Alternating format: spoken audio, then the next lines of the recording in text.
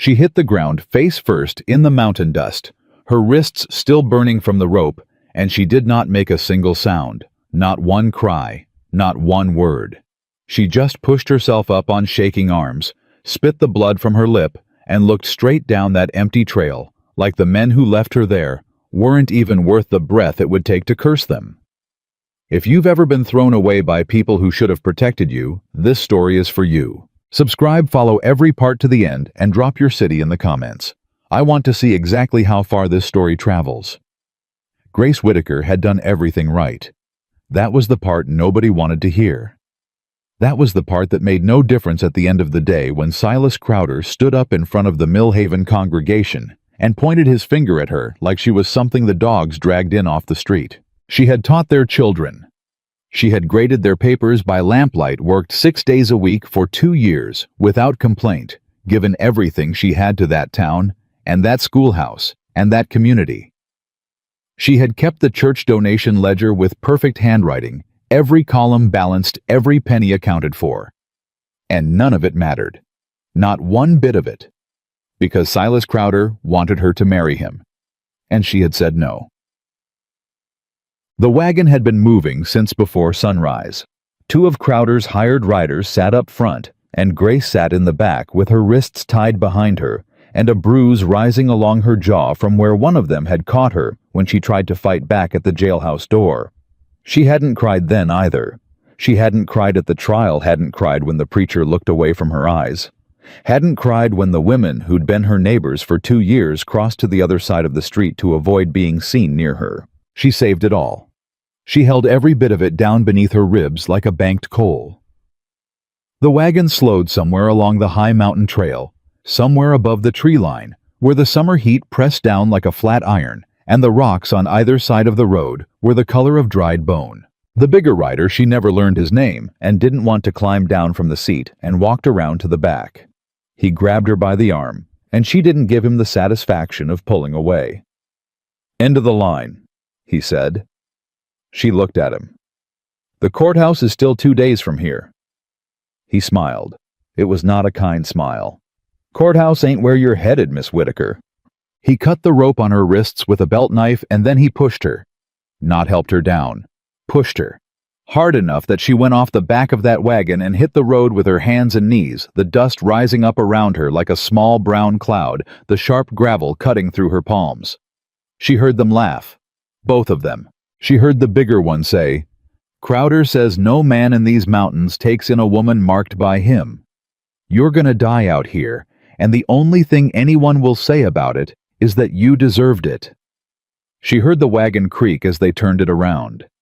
She heard the hoofbeats go, and then there was nothing but the wind coming off the high peaks and the sound of a hawk somewhere above her, and the distant dry crackle of the summer heat itself. Grace Whitaker pushed herself up onto her knees.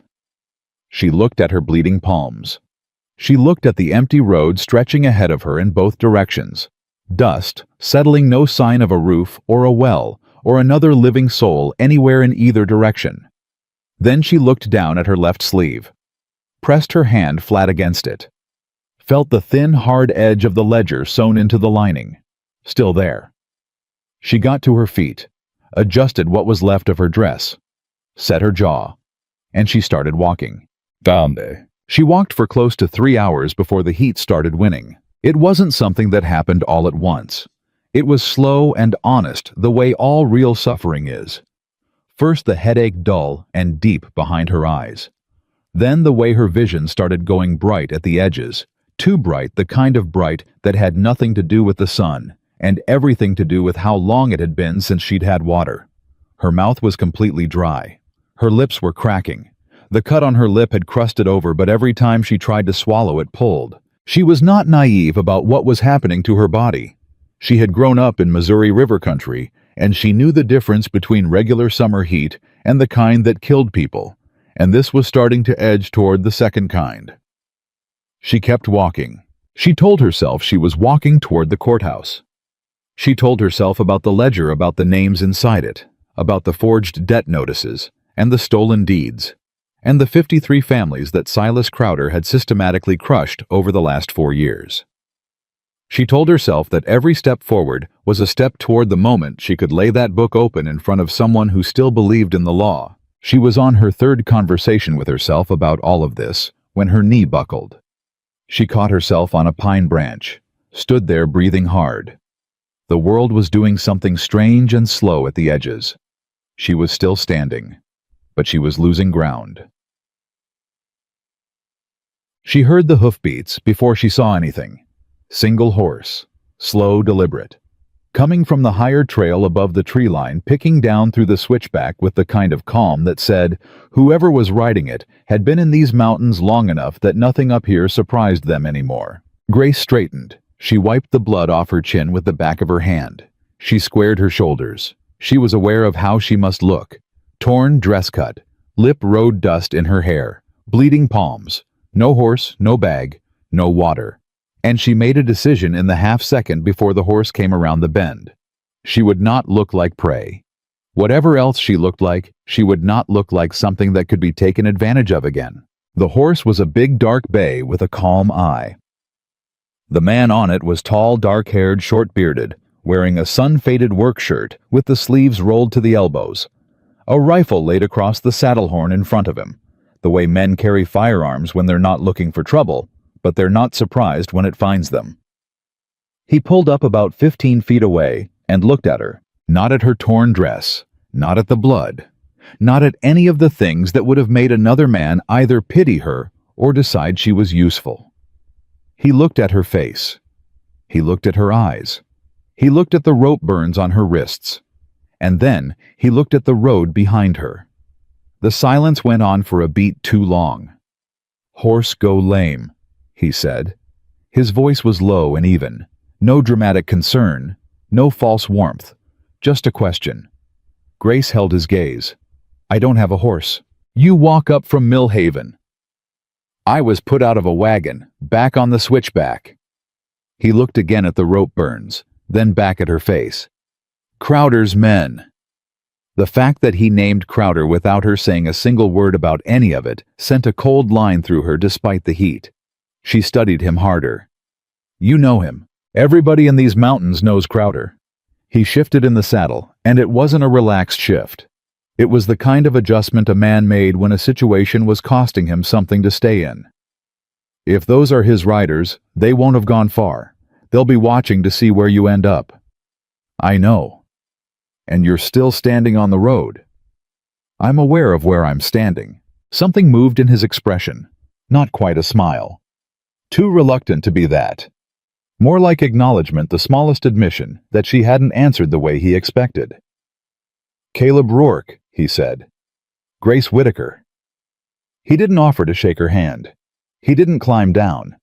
He just sat there on the bay horse with the rifle across the saddle, and he looked at her for another long moment with those dark eyes that gave very little away. Then he said, "If Crowder left you alive out here, it means you've still got something he wants." Grace pressed her left hand flat against her sleeve. "Yes." "And you're not going to tell me what it is?" "Not yet." That almost not a smile again. Then he swung down off the horse in a single movement, and she noticed that he kept the rifle in his left hand, when he did it not pointed at anything, just present, just part of how he moved through the world. He held out the canteen from his saddle without ceremony. She took it. She drank. She didn't gulp it down like a drowning woman, even though her body was screaming at her to. She drank 3 careful mouthfuls, lowered the canteen, and handed it back. He was watching her do it. "You're not from these mountains," he said. "No. Missouri." She looked up. "How did you know that? Way you talk." He took the canteen, corked it, hung it back on the saddle. "And you drank like someone told you not to drink too fast when you're heat sick. Missouri River country teaches that. Mountain people just drink." Grace said nothing. She was recalibrating everything she'd decided about him in the first 30 seconds. "I've got a cattle camp about 4 miles north," Caleb said. "1 cabin, 2 ranch hands. It's not comfortable, and I'm not offering it because I'm generous." He looked out at the trail ahead. "I'm offering it because leaving a woman on this road in this heat is the kind of thing I won't be able to stop thinking about tonight. and I've got enough things already that I can't stop thinking about." It was possibly the least romantic offer of shelter Grace had ever heard in her life. She said, "I won't be in your way." "You will be," he said, "but I'll manage."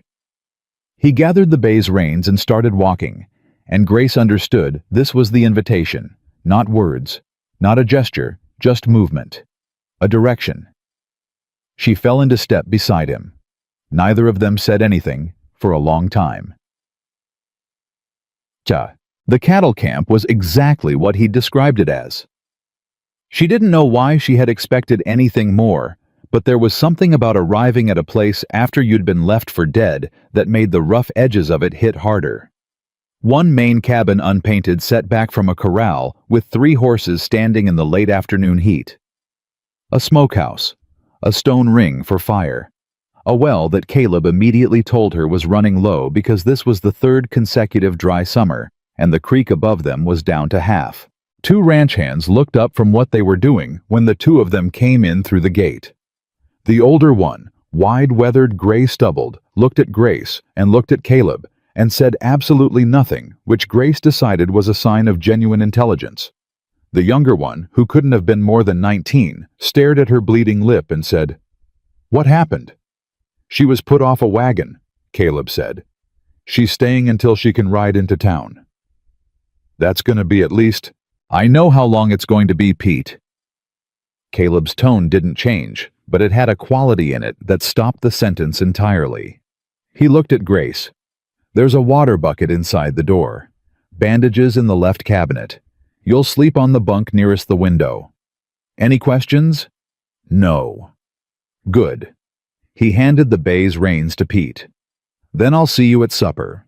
He walked off toward the corral, and Grace stood in the middle of that bare dirt yard in the dying afternoon light and understood very clearly that no one here was going to make anything easy for her. She also understood with a clarity that surprised her that she didn't want anyone to. She walked into the cabin and found the water bucket and opened the left cabinet and found the bandages. She cleaned her own palms. She wrapped her own wrists. She washed the blood off her chin and looked at herself in the small piece of tin that served as a mirror on the wall above the basin, and what she saw was not a ruined woman and not a victim and not a thief.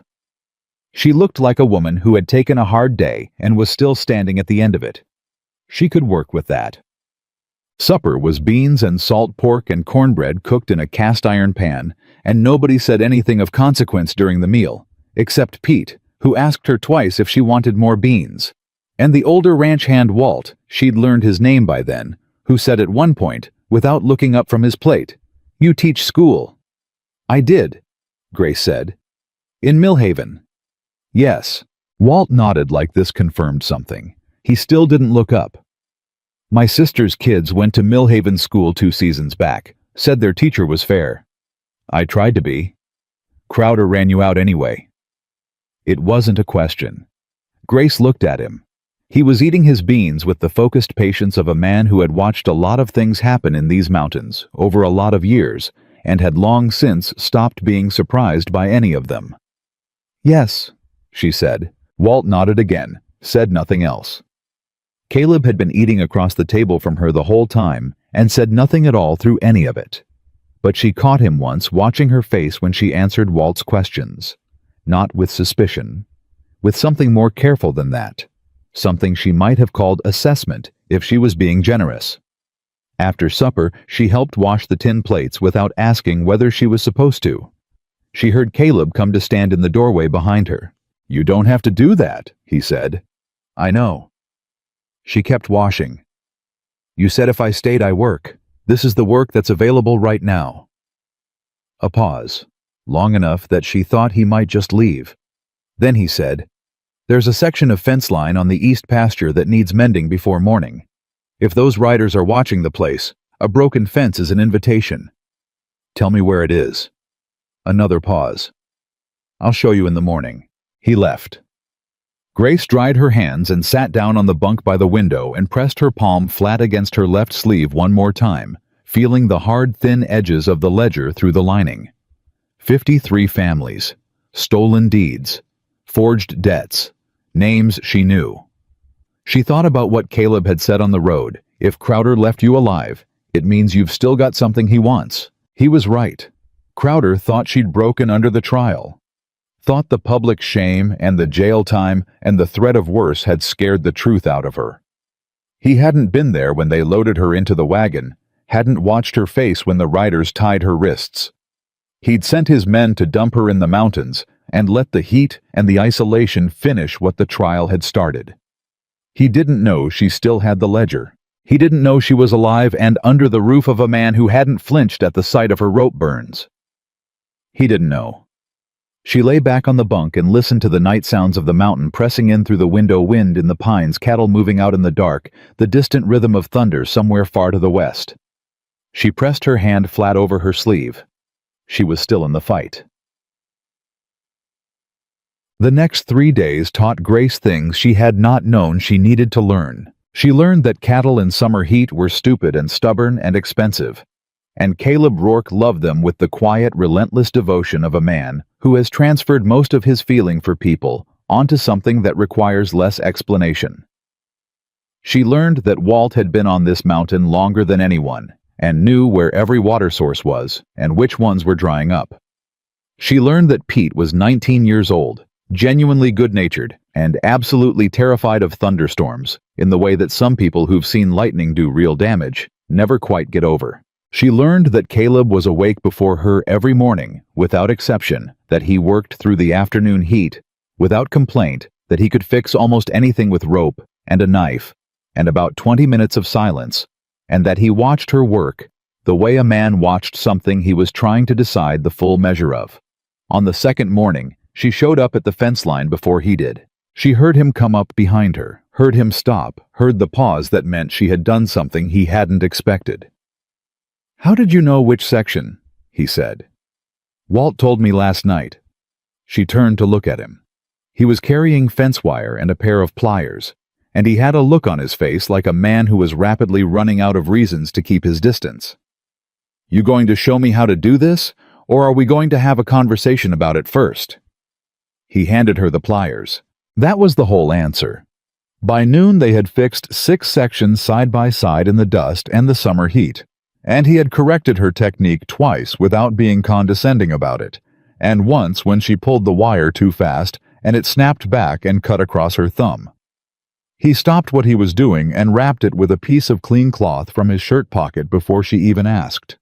He did it the same way he'd handed her the canteen, without ceremony, just a thing that needed doing. She looked down at his hands wrapping her thumb, and she thought this man has been alone up here a long time.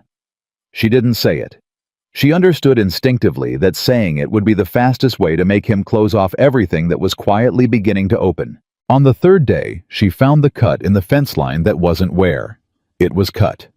Clean, deliberate, on the south corner, nearest the lower trail, the corner where cattle would drift through in the dark if nobody caught it before nightfall. She called Caleb over. He crouched down next to it and looked at it for a long moment. "That's not old," he said. "No." She crouched next to him. "Caleb." She kept her voice level. "Do you have Crowder's land notices? The ones about back taxes?" He looked at her sideways. "Why?" "Because I need to compare them against something." The silence went on for a beat.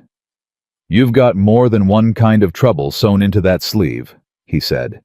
It wasn't a question either. She held his eyes. "Your ranch is in the ledger," she said. "He's already filed a forged debt claim against your northern acres. I saw your name in it the first night I looked. I didn't know how to tell you."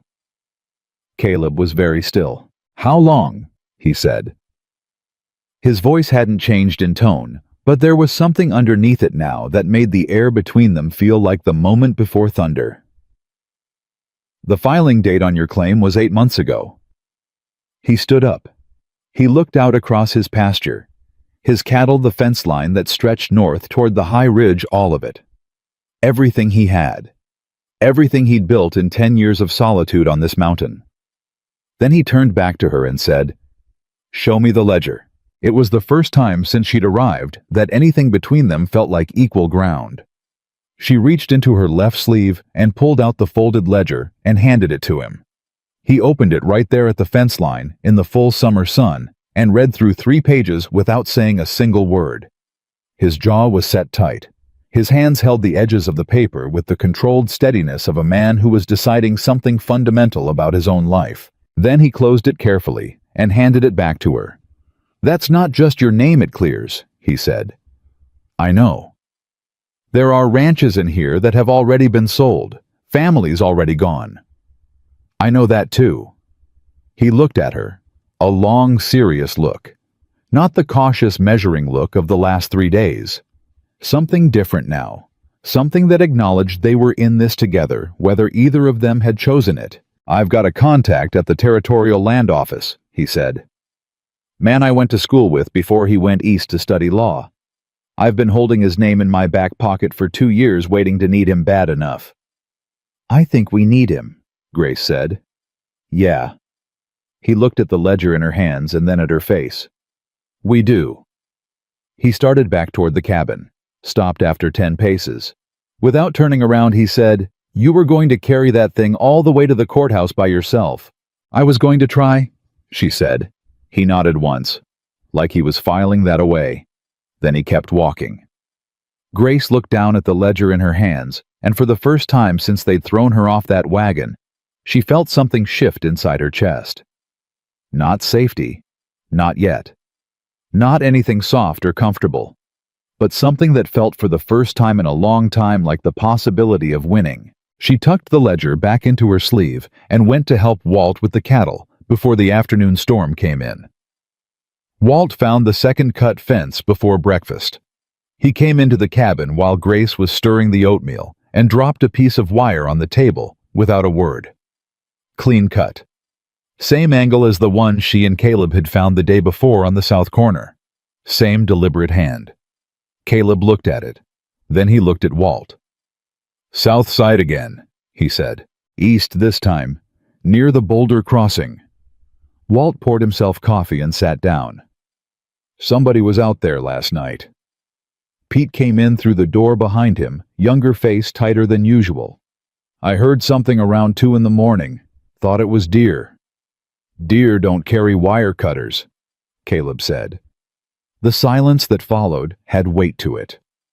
Grace kept stirring the oatmeal and didn't look up, but she was listening to every breath in that room. "They're not trying to steal cattle," she said. Everyone looked at her. She set down the spoon and turned around. "If they wanted your cattle, they'd cut the fence and run them out in the dark. One clean operation one night. But they're cutting in different places on different nights. Small cuts. They want you to spend your days fixing fence instead of watching the trail. They want you tired and distracted and looking in the wrong direction." Caleb was watching her with that careful look she was starting to recognize. The one that meant he was recalculating something. "They're stalling," he said. "They're waiting for something," she said.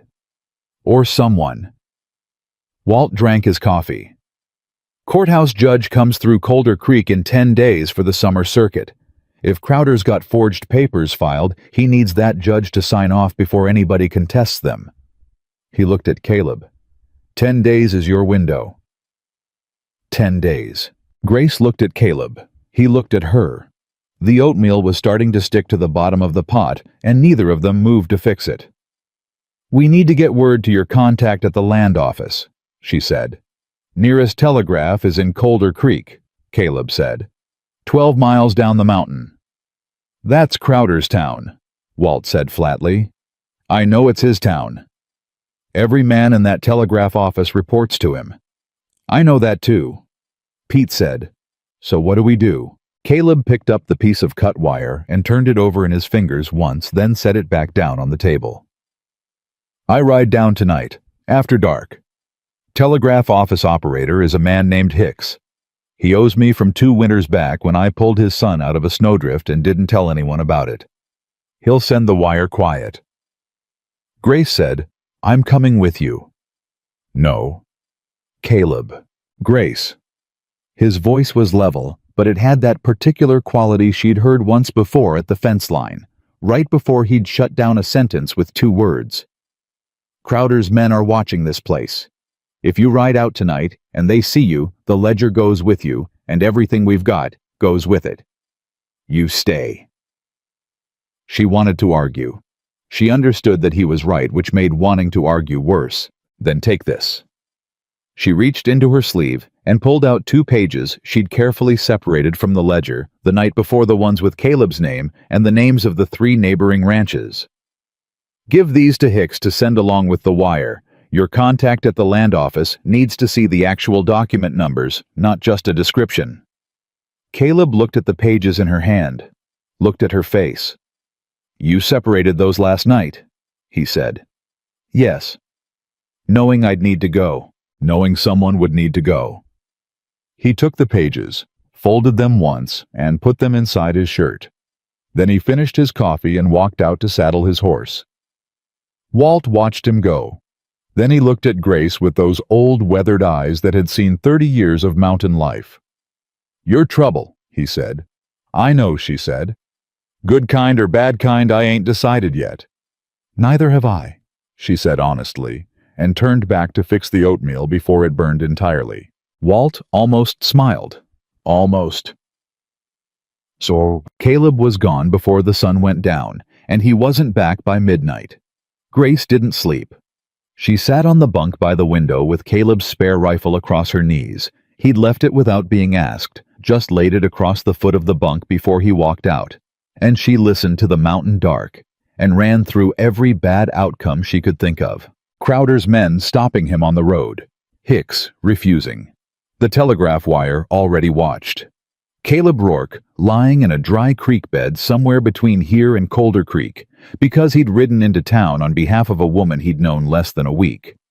She pressed her hand flat over her sleeve where the ledger sat and told herself she was thinking clearly, that she was calculating risk like a reasonable person.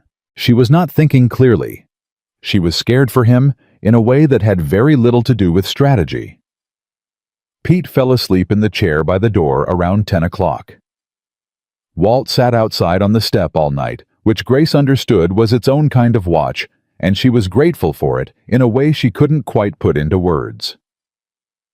Caleb came back at 2 in the morning. She heard his horse before she heard anything else, that specific cadence of the bay's walk already familiar in a way that surprised her when she noticed it. She heard him come through the gate. She heard him unsaddle in the dark. She heard the cabin door open. He came in and saw her sitting upright on the bunk with the rifle across her lap, and the lamp turned low, and he stopped inside the door for a moment. "Hicks sent it," he said. The breath she let out was longer than she meant it to be. "Any trouble?" she said. "Some." He pulled the chair out from the table and sat down, and she could see then in the low lamplight that his shirt was torn at the left shoulder, and there was a dark stain along his forearm that she was nearly certain was not mud. She was off the bunk and across the room before she finished deciding to move. "Let me see your arm." "It's nothing." "Caleb." He looked up at her. She was standing right in front of him now, and she could see his face clearly, and what she saw there was not pain exactly. It was the flat, controlled expression of a man who had been hurt, and had decided the hurt wasn't allowed to matter yet. "One of Crowder's riders was watching the road out of town," he said. "I went around him. He caught my trail on the way back. We had a conversation." "With knives?" "Briefly." She went to the left cabinet, got the bandages, came back and sat down across from him, and held out her hand, and he looked at her hand for a moment, and then he rolled up his sleeve. The cut was 6 inches long along the outside of his forearm. Not deep enough to be dangerous, but deep enough to have bled hard and to need cleaning. She worked on it in silence the way he'd wrapped her thumb in silence 3 days ago at the fence line, and she felt the exact same exchange happening in reverse, the careful, impersonal attention of one person to another person's pain, the intimacy of it that neither of them had agreed to, and both of them felt anyway. "He recognized you," she said. "He knew who I was. He didn't know about you, least he didn't let on. You think Hicks will hold? He'll hold." Caleb's voice was certain in the quiet, private way of a man who had tested a thing and knew the answer. "He's not a brave man, but he's a grateful one. There's a difference." She tied off the bandage and sat back. He rolled his sleeve down over it, without looking at the work she'd done, which she understood was its own kind of acknowledgement. "Your contact at the land office," she said. "What's his name?" "Daniel Marsh. He's with the Territorial Commissioner's office in Denver now. If he gets the wire and the page copies, he can flag Crowder's filings and hold them pending review. That buys us time to get to the circuit judge before Crowder does." 10 days, she said. 9 now. Pete snored in his chair. Walt was still outside. The lamp burned low between them and outside the window, the mountain pressed in dark and close, and full of summer heat that hadn't broken even in the middle of the night. "Why did you come back for the telegraph yourself?" Grace said. "You could have sent Walt." Caleb was quiet for a moment. "Walt's got a family in Butte he sends money to every month. If Crowder's men picked him up on that road, he loses the money and they lose the man." He looked at the table. "I don't have anyone waiting on me." Grace looked at his face in the lamplight and thought about what it cost a man to say that out loud with absolutely no drama attached to it. Just fact. Just the plainest accounting of a life lived alone. She thought about her 2 years in Millhaven, teaching other people's children in a rented room with a borrowed bookshelf, waiting for a life that kept almost arriving. "Neither do I," she said. He looked at her then. Really looked at her, not measuring, not calculating, just looking, and she held it without looking away, because she was past the point of pretending she didn't know what was happening between them. She just wasn't past the point of being careful about it. "Get some sleep," he said finally. His voice had something different in it now, lower, less armored. "You too," she said. She went back to the bunk. He stayed at the table for a while longer, but she heard him eventually lie down on his side of the cabin, and somewhere in the next hour, she finally slept. The morning after Caleb's night ride, everything changed tempo. He came in from the corral before she finished making coffee, and he had that look, the tight jaw, the eyes working through something fast. He dropped 2 things on the table. One was a mud-caked bill of notice. The other was a rider's badge, the tin kind that Crowder's hired men wore. "Found it by the water trough," he said. "Somebody wanted me to find it." Grace picked up the notice. Her chest went cold. It was a formal demand for back taxes on Caleb's northern 40 acres, signed with the territorial seal, except the seal was wrong. She'd seen enough of Crowder's forgeries to recognize the slightly uneven press, the ink color, that was just half a shade darker than authentic government issue. "This isn't real," she said. "I know it isn't real." His voice was flat and hard. "But if I don't respond to it within 5 days under territorial law, the property goes to lien sale. Real or not, the process runs whether the document is honest." 5 days, Grace said. "We have 9 to the circuit judge. 4 days of overlap. If Marsh gets the wire and moves fast, maybe he flags the filing before the lien processes." He sat down. He looked like a man running numbers that weren't adding up the way he needed them to. "Maybe." "Maybe isn't enough," Grace said. "No," he agreed. "It's not." She sat down across from him. Spread the ledger open on the table between them, the actual ledger, now not the copied pages. She turned to the section with Caleb's ranch and laid her finger on the entry. "This is how he does it," she said. "He files first in the territorial office under a false agent name. Then he sends the notice. Then before the owner can respond or contest, he has a buyer already lined up. Look here, there's a sale date written in pencil in the margin 3 days after the notice date. He's already got a buyer for your North 40. Caleb stared at the penciled date. She watched something move through his expression. Not panic, something older and quieter and more dangerous than panic. The feeling of a man watching something he built get dismantled by someone who was never going to show their face. "Who's the buyer?" he said. She turned 1 page. "A land holding company in Denver. Registered name is Clearwater Territorial Holdings." She paused. "Caleb, look at the agent name on the registration." He leaned forward. "Read it." Looked up at her. "That's the county assessor," he said. "Yes. He's been in that office for 11 years, and he's been on Crowder's payroll for at least 4 of them." She turned 2 more pages and showed him 3 other entries, 3 other ranches, 3 other forged notices, all with the same assessor's name, all completed, all gone. He's not just a land broker, he's got the county government working for him. That's why nobody could fight him. They didn't know who they were actually fighting. Walt had come in at some point during this, and was standing at the edge of the table reading over Caleb's shoulder. He straightened up slowly. "That's why Henderson sold," Walt said low. "And Briggs. I never believed Henderson would sell voluntarily. Man loved that land like his own blood." "He didn't sell voluntarily," Grace said. "He was processed out. There's a difference." The 3 of them sat with that for a moment. Then Pete appeared in the doorway. His face was pale. "There's a rider on the South Ridge," he said, "just sitting there, not moving." Nobody moved for exactly 2 seconds. Then Caleb said, "Walt, stay with her." He was already up and reaching for the rifle. Grace caught his arm. He stopped and looked at her hand on his arm and then at her face. "Don't go out there alone," she said. "It's my land." "That's exactly why you shouldn't go out there alone. They want you reactive. They want you to ride out angry and give them a reason." She held his eyes. "Think about what they want. Then do the other thing." The muscle in his jaw worked. She could feel the tension in his arm under her hand, the absolute genuine desire of a man to ride straight at the thing threatening him, which was a good instinct in a fight and a terrible one in a legal war. Slowly, he lowered the rifle. "What's the other thing?" he said. "We write a response to that notice. Today, with the ledger entries attached as evidence. We send it to Daniel Marsh's office and to the territorial courthouse by the fastest route available." "That's still Colder Creek." "No." She turned to Walt. "You said there was a postal rider who came through the North Trail every Thursday."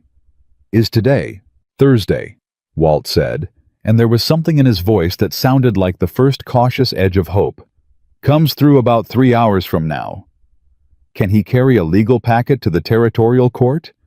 For $2, that man would carry a legal packet to the moon. Grace was already pulling paper from the stack near the window. "Then we have 3 hours. She looked at Caleb. "Sit down. Tell me every piece of this property you've held every year, every tax payment. I'm going to write a response that gives Marsh and the circuit judge no choice but to look at this file." Caleb looked at her standing there with paper in her hand and the ledger open between them and the full force of what she was doing, written clearly across her face. He looked at her for a long moment. Then he sat down and said, 1873. Purchased outright from the Territorial Land Office, no mortgage. First tax payment made September of that year. She started writing. They worked straight through the morning. Caleb talked, and Grace wrote, and Walt brought coffee twice, and Pete kept watch at the window with one eye on the South Ridge, where the rider had eventually disappeared, which was almost worse than when he was visible. The document Grace constructed was 4 pages long, precise and devastating. She cited the ledger entries by page and line number. She quoted territorial property law from memory. 2 years of reading everything in the Millhaven Lending Library had put a shocking amount of law in her head, most of it useless until now.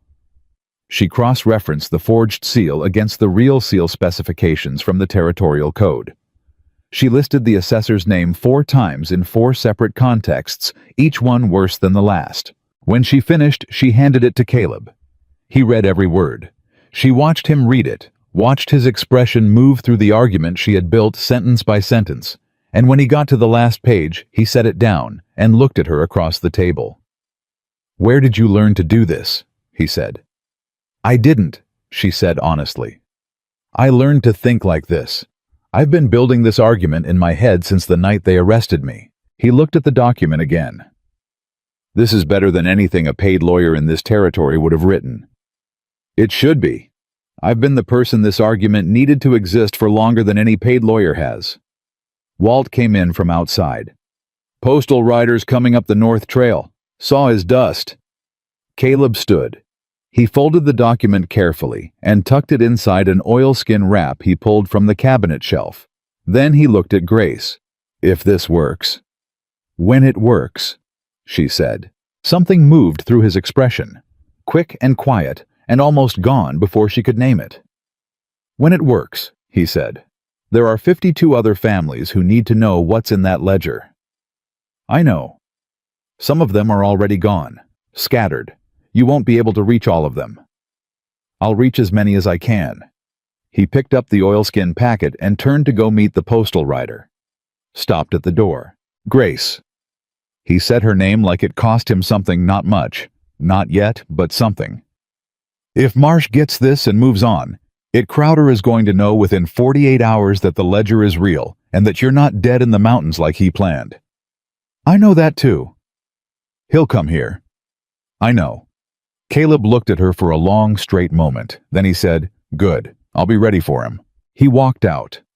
Grace listened to his boots on the dirt, the sound of him greeting the postal rider, the low exchange of voices. She looked down at the open ledger on the table. All those names. All those families. All those penciled sale dates 3 days after official notices. The whole machinery of theft laid out in ink and column lines so orderly it was almost beautiful in a terrible way. She thought about Henderson, who had loved his land like his own blood. She thought about Caleb riding alone in the dark last night and coming back with a knife cut on his arm and saying, "I don't have anyone waiting on me," with no self-pity in it at all. Just the plain fact of a solitary life offered up as a reason for a risk. She closed the ledger and tucked it back into her sleeve. Outside, she heard the postal rider leave, heard Caleb's footsteps coming back. When he walked in, she was already at the stove starting on dinner, and he stopped just inside the door, the same way he had the first night she'd done something domestic in his cabin without being asked. Like it meant something he hadn't worked out yet how to account for. $2, he said. Ryder took it. Good. He moved to the table. Sat. She could feel him watching her at the stove, but it wasn't the measuring watch of the first days anymore. It was something more settled and more restless at the same time. "You've been in my camp less than a week," he said. 5 days, she said. "In 5 days you've identified a criminal conspiracy against 11 mountain ranches, drafted a legal document, and scared off one of Crowder's riders with a warning shot I still haven't asked you about." Grace kept her eyes on the stove. "You heard about that. Walt told me this morning. He was in the cabin going for the ledger. I made a decision. I left you a rifle and told you to stay behind, and you ran through smoke toward the man who was after you." She turned around then. He was looking at her with an expression she hadn't seen on him before. Not disapproval, not admiration exactly, something more complicated than either. "You also went into the smoke," she said. "It's my ranch. The ledger is my fight." They looked at each other across the room, and the air between them had a quality she recognized. Now the same quality it had at the fence line, when he'd wrapped her thumb, the same quality it had in the lamplight 2 in the morning, when they'd both admitted there was nobody waiting on them. The quality of 2 people standing at the edge of something neither of them had planned. "You should have stayed behind," he said, but his voice had no real force in it. "You should have taken Walt with you to Colder Creek," she said. "We can keep going, or we can accept that neither of us is especially good at the thing we're supposed to do." His jaw worked. Then slowly something gave way in his expression. Not completely, not all at once. Just a crack in the stone, the smallest opening. "I accept it," he said. She turned back to the stove. The corner of her mouth moved in something that wasn't quite a smile, but was close enough. "Dinner in an hour," she said. Outside, the summer sky was going the color of iron to the west. Not a storm yet, something building toward one. Walt came in, sat down without ceremony, looked at the 2 of them, and said nothing whatsoever, which was the most eloquent thing he'd done all week. Pete came in right behind him. "Ryder's back on the South Ridge. Different rider, same position." Caleb looked at Grace. She looked at him. The almost smile was gone. They both understood, without saying it, that the next move was Crowder's, and that it was coming before the ridge went dark. Caleb reached under the table and checked his sidearm. Grace pressed her hand flat over her sleeve. 9 days to the circuit judge. 2 days since the wire went out. Somewhere between here and Denver, Daniel Marsh was either reading their wire right now or he wasn't, and there was absolutely nothing left they could do about it except hold this ground and wait for whoever came down off that ridge after dark. Hold the ground. That was all. Walt poured coffee for everyone without being asked. Pete sat down and started cleaning his rifle with the quiet, careful focus of a 19-year-old who had decided sometime in the last 5 days that he was going to act like a man if it came to that. Grace picked up her spoon and stirred the pot. Caleb watched the window. The iron sky moved west, and the mountain held its breath. The rider on the south ridge didn't come down that night. He didn't come the next morning either. That was worse.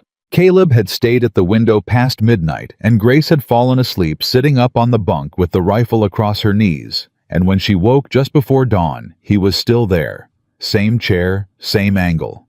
The coffee in his cup, long cold. She didn't say anything about it. She just got up and made fresh coffee and put a cup in front of him, and he drank it without taking his eyes off the window. Still there, she said. Left around 3. Different man came back an hour later. They're rotating. 2-man watch at least. He finally looked away from the window. He looked tired in the way that had nothing to do with sleep, the kind of tired that came from holding tension in your body for too many hours without releasing it. They're waiting on something, an order, permission. Crowder doesn't move until he's certain, Grace said. She sat down across from him. That's how he's operated for 4 years. He doesn't show his hand until the other person has nothing left to play. He thinks you have nothing left. He did. She wrapped both hands around her coffee cup. The postal rider left yesterday. If Marsh got the wire and moved within 24 hours, Crowder might already know something went wrong, or he might not know yet. We're in the window between those two things. Caleb was quiet for a moment. Which one is more dangerous? If he doesn't know, yet we have time. She looked at the window. If he already knows, he'll stop waiting for permission. They both looked at the window. Walt came in from outside, and the look on his face was the specific look of a man delivering bad news he'd been hoping wouldn't be his to deliver. South Trail, he said. 4 riders, not watching anymore. They came in the middle of the morning when the summer heat was already pressing hard, and the light was flat and white and honest. 4 of them riding slow and deliberate, the way men rode when they wanted you to see them coming and spend the time between seeing and arriving getting scared. Caleb walked out to the middle of the yard alone. Grace stood in the cabin doorway with the rifle. Walt was at the corner of the smokehouse with his.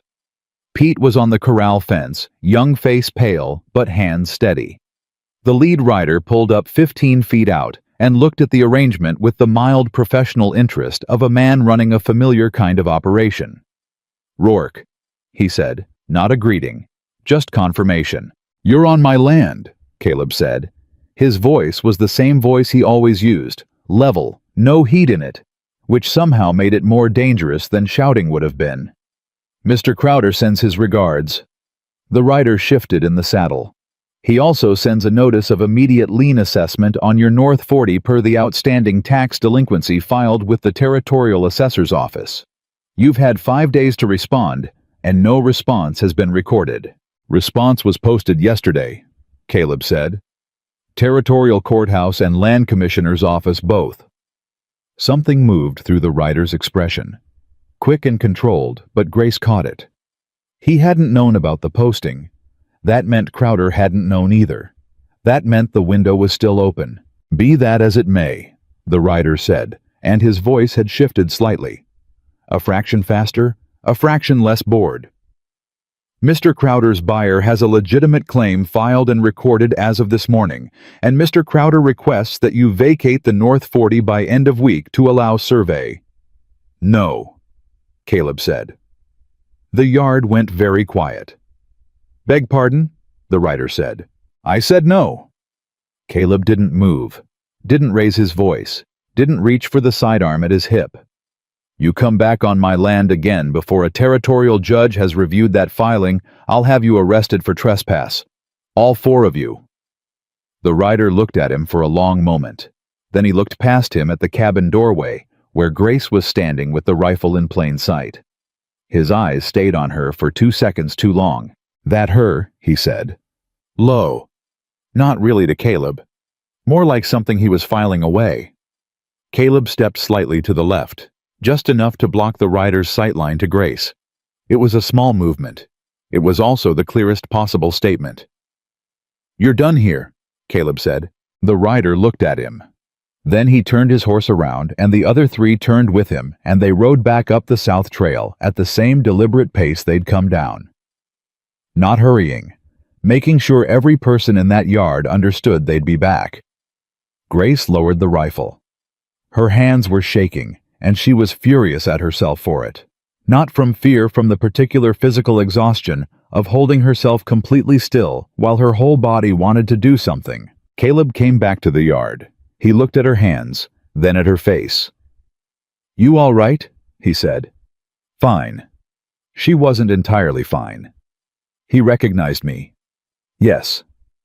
"Which means Crowder knows by tonight that I'm here and alive, and that the ledger is probably with me." "Yes." Which means we've got maybe until tomorrow morning before this gets significantly worse."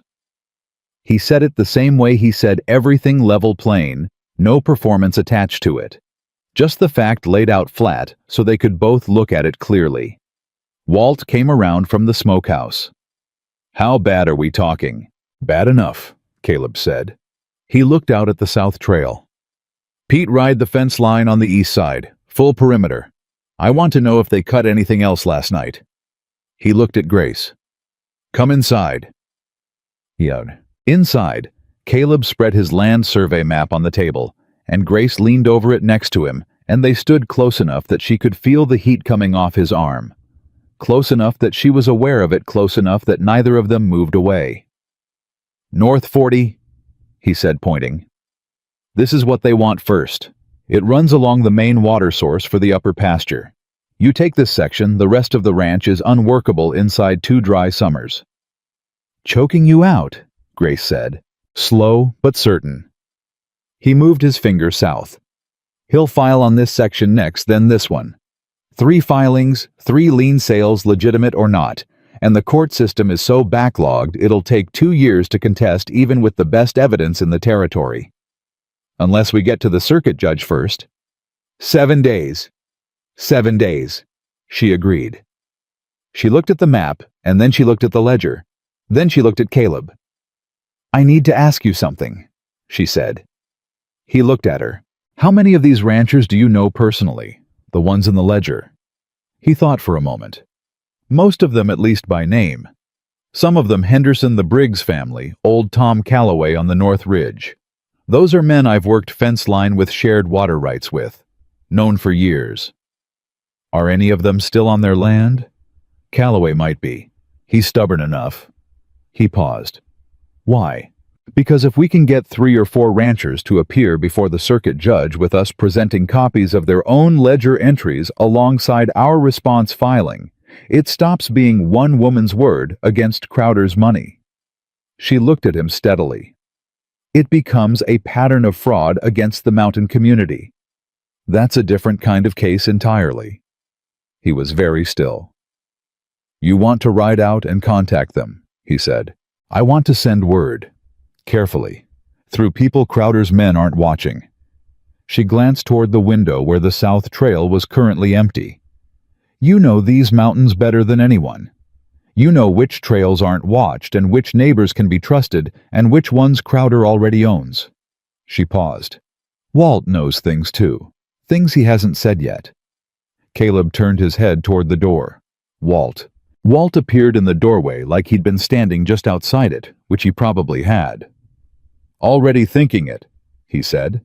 "Calloway's grandson comes down to trade every Tuesday. That's 4 days. I can get a letter to him." "What about the Briggs family?" Grace said. Walt's face shifted. "Briggs lost their place last winter. They're in Colder Creek now working at the mill, but—" He paused, and the pause had weight. "Martin Briggs is a proud man who knows he was cheated. Proud, angry men are either very useful or very dangerous." "Which do you think he'd be?" Grace said. Walt looked at her. With the right letter useful. Grace said, "Then we write 2 letters today." Caleb put both hands flat on the map and looked at it for a long moment. She could read the tension in his shoulders, the careful working through of a man who had spent 10 years protecting this land by keeping himself to himself, by staying small and quiet and off the radar of men like Crowder, and who was now being asked to do the exact opposite of all of that. She didn't push. She understood what it cost. Then he straightened up. "Write the letters," he said. "Walt knows where to send them." They had the letters written and in Walt's hands before noon. What happened 2 hours later, none of them planned for. Pete came back from the fence perimeter at a dead run, his horse blowing hard, and he was off the saddle before it fully stopped. "Caleb," his voice was tight. "There's smoke on the ridge above the north pasture."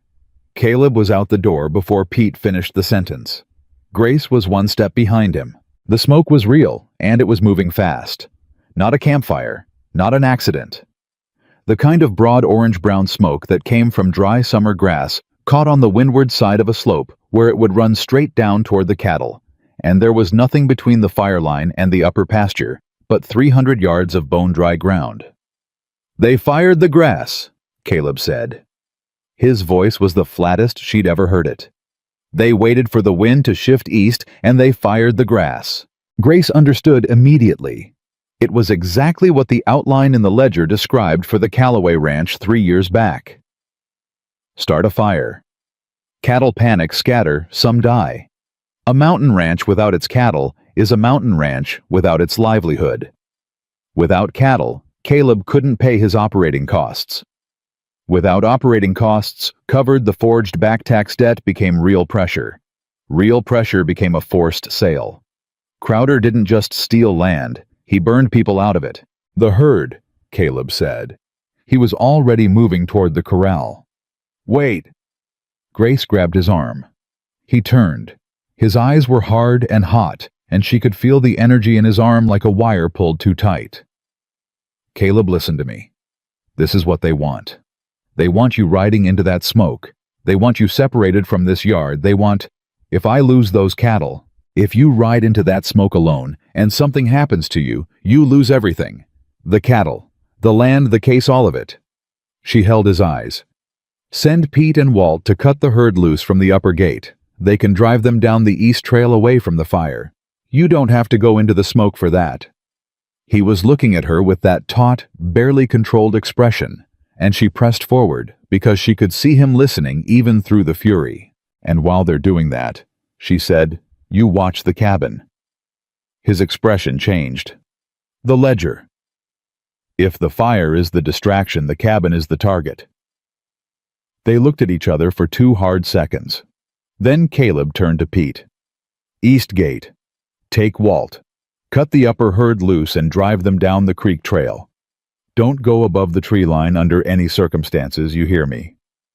Pete was already nodding. "Yes, sir." "Walt, already heard," Walt said. He was pulling on his riding gloves. "Go watch your cabin." They were gone in 90 seconds.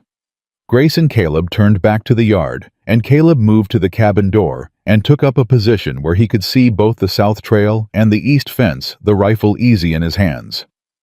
Grace stood beside him. The smoke was thickening on the ridge. She could smell it now, that specific dry pine and grass smell that meant the fire was real and moving. Somewhere up in the pasture she could hear cattle starting to call out that particular distressed lowing that meant the animals could smell it too. She pressed her hand flat against her sleeve. Caleb said very quietly, "I grew up in Kentucky, moved west when I was 22, built this place from nothing, 10 years. She looked at him. He wasn't looking at her. He was looking at the south trail, watching for movement, but he was talking, and she understood that he was talking because the alternative was letting what he was feeling eat through his chest from the inside. "First 2 winters I nearly starved," he said. "Lost half the original herd to a mountain lion in year 3. Year 5, a flood took out the south pasture, and I spent 6 weeks rebuilding the fence by hand." He paused. "I've never once thought about leaving." "You're not leaving now," Grace said. "No." His jaw was set hard. "I'm not." A sound from the east side of the yard. Both of them turned. A rider came through the east gate at a walk. Single man. No badge visible, but the way he sat, the horse had that same professional quality as the morning's lead rider. He looked at them both, and his eyes went directly to Grace, with the specific attention of a man who'd been told exactly who to look for. "Well now," he said pleasantly. "Miss Whitaker, Mr. Crowder will be very glad to hear you're looking well." Caleb raised the rifle in one smooth motion. "Off my property." "I'm just carrying a message," the rider said, not moving, not reaching for anything, hands deliberately visible. "Mr. Crowder says the fire stops when Miss Whitaker returns the personal property she took from his office." The ledger. Grace felt cold run straight through her despite the smoke-thickened heat. "That's not his property," she said. "He says different." The rider was watching her with that calm, professional patience. "He also says the forged tax notice, his word not mine, on your North 40 gets withdrawn. Your land stays your land, Mr. Rourke. All you have to do is give him back what's his." Caleb's rifle hadn't moved. "Last time." "That ledger goes to a judge," Grace said. Her voice was steady. She was proud of how steady it was. "That ledger goes to every family whose name is in it. You tell Crowder that." The rider looked at her for a long moment. "He was afraid you'd say that." He tilted his head toward the ridge. "Fire's moving faster now. Wind shifted again." He turned his horse and walked it back out the east gate like a man with no urgency at all, which was the most frightening possible way to leave. Caleb kept the rifle up until he was out of sight. Then he said, "They'll come in force tonight." "Yes," Grace said. "Do you want to run?" She turned and looked at him directly. "Do you—" His eyes were very dark and very certain. "No, neither do I." He lowered the rifle. Something settled in his expression, not peace, nothing as soft as that. Something more like the moment a decision stops being a decision and becomes simply the ground you're standing on. "Then we hold," he said. Pete and Walt got the cattle down the east trail by mid-afternoon. They lost 3 head to the smoke and panic, but the main herd was safe, pushed down to the lower creek pasture, where the green was still thick enough to slow any fire that tried to follow. The fire on the ridge burned itself out by evening against a natural rock break that Caleb knew was there, and Crowder's men apparently didn't. It left a black scar above the north pasture and the smell of char hanging in the air, but the pasture itself was untouched. Small victory. Grace recognized it as such and didn't make more of it than it was. What she couldn't stop thinking about was the rider's message. Crowder knew she was here. He knew the ledger was here. And he had offered Caleb's land back as a trade, which meant he was more afraid of that ledger reaching a judge than he was of anything else she might do. That fear was information. She was sitting at the table with the ledger open when Caleb came in from checking the herd count. He sat down across from her, smelling of smoke and sweat and horse, and he looked at her the way he'd been looking at her more and more these last 2 days, like she was a problem he'd stopped trying to solve and started just accepting. "What are you thinking?" he said. "I'm thinking about what Crowder offered," she said. "He offered you your land for the ledger." "He offered me my land for your surrender," Caleb said flatly. "There's a difference." She looked at him. "You could have taken that deal. I could have shot you on the road when I first found you and saved myself a considerable amount of trouble," he said. "That was a choice too." The directness of it caught her somewhere in the chest. She looked back at the ledger. "He's scared," she said. "Scared men are dangerous." "Yes, but scared men also make mistakes." She turned to a page near the back of the ledger, one she'd been saving, one she hadn't shown him yet because the timing had never been right and she'd wanted to be certain. "Caleb, look at this entry." He leaned over. She watched him read it, watched his expression change. "That's the circuit judge's name," he said slowly. "Yes." "That's a payment. 3 payments. Over 2 years." She kept her voice neutral. "The circuit judge who comes through Colder Creek in 7 days has been on Crowder's payroll." The silence was absolute. Then Caleb said very quietly, "If the judge is bought, then the circuit court isn't where we take this." She closed the ledger. "We take it to the territorial commissioner directly. Daniel Marsh's office. That's Denver." "It's Denver," she said. 4 days hard riding. 3 days if we push." They looked at each other. "That changes everything," he said. "It changes the route," she said. "Not the destination." She held his eyes. "The evidence is still the evidence. The ledger is still the ledger. It's still 53 families, and a county assessor, and a bought judge, and a man who has been stealing mountain land for 4 years." She paused. "It just means we have to go further to find someone who hasn't been bought." Caleb sat back. He ran a hand over his jaw, over that short beard, the gesture of a man working through the full weight of something. "Tonight," he said finally. "They come tonight, we deal with it. Tomorrow morning, if we're still standing, we ride for Denver." "Together," she said. He looked at her. "You didn't think I was sending you alone." She hadn't actually, but hearing him say it still did something to her equilibrium. "Walt and Pete stay with the ranch," he said. "2 of us travel faster, attract less attention." He looked at the ledger. "Can you ride hard for 3 days?" "I rode fence line in 100-degree heat for a week," she said. "I think I can manage 3 days." That not quite smile. She was starting to wait for it. "Get some sleep," he said. "I'll take first watch." She started to stand, and then stopped. "Caleb." She waited until he looked at her. The judge being in the ledger, that's not a weakness in the case. That's the center of it. A corrupt judge is the reason nobody could fight him. It explains everything. He held her eyes for a long moment. "I know. When we walk into Marsh's office with that entry, I know Grace." She heard something in the way he said her name. Something that had been building all week in the careful distance between them in early morning coffee and fence line work and lamplight conversations, and the particular honesty that came from 2 people who had decided to trust each other out of necessity, and found something growing in the space where necessity ended. She didn't say anything about it. Neither did he. She lay down on the bunk. Outside, the smell of smoke was still on the air, and somewhere down on the South Trail, there were men who would be back before morning. She pressed her hand flat against her sleeve and felt the ledger there, hard and real, and full of the kind of truth that powerful men spent fortunes trying to bury. Sleep didn't come easy, but it came. And when it did, her last clear thought was not about Crowder or the judge or Denver or any of the 1,000 things that could go wrong in the next 24 hours. It was about a man sitting by a window in the dark, keeping watch over something he'd decided was worth protecting.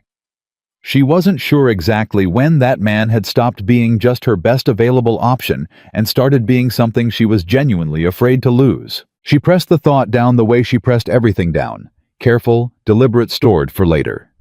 Later was coming. But first the night had to be survived. Outside, Caleb's chair scraped once against the floor as he shifted his weight, and the sound of it was against all reason the most comforting thing she'd heard in weeks.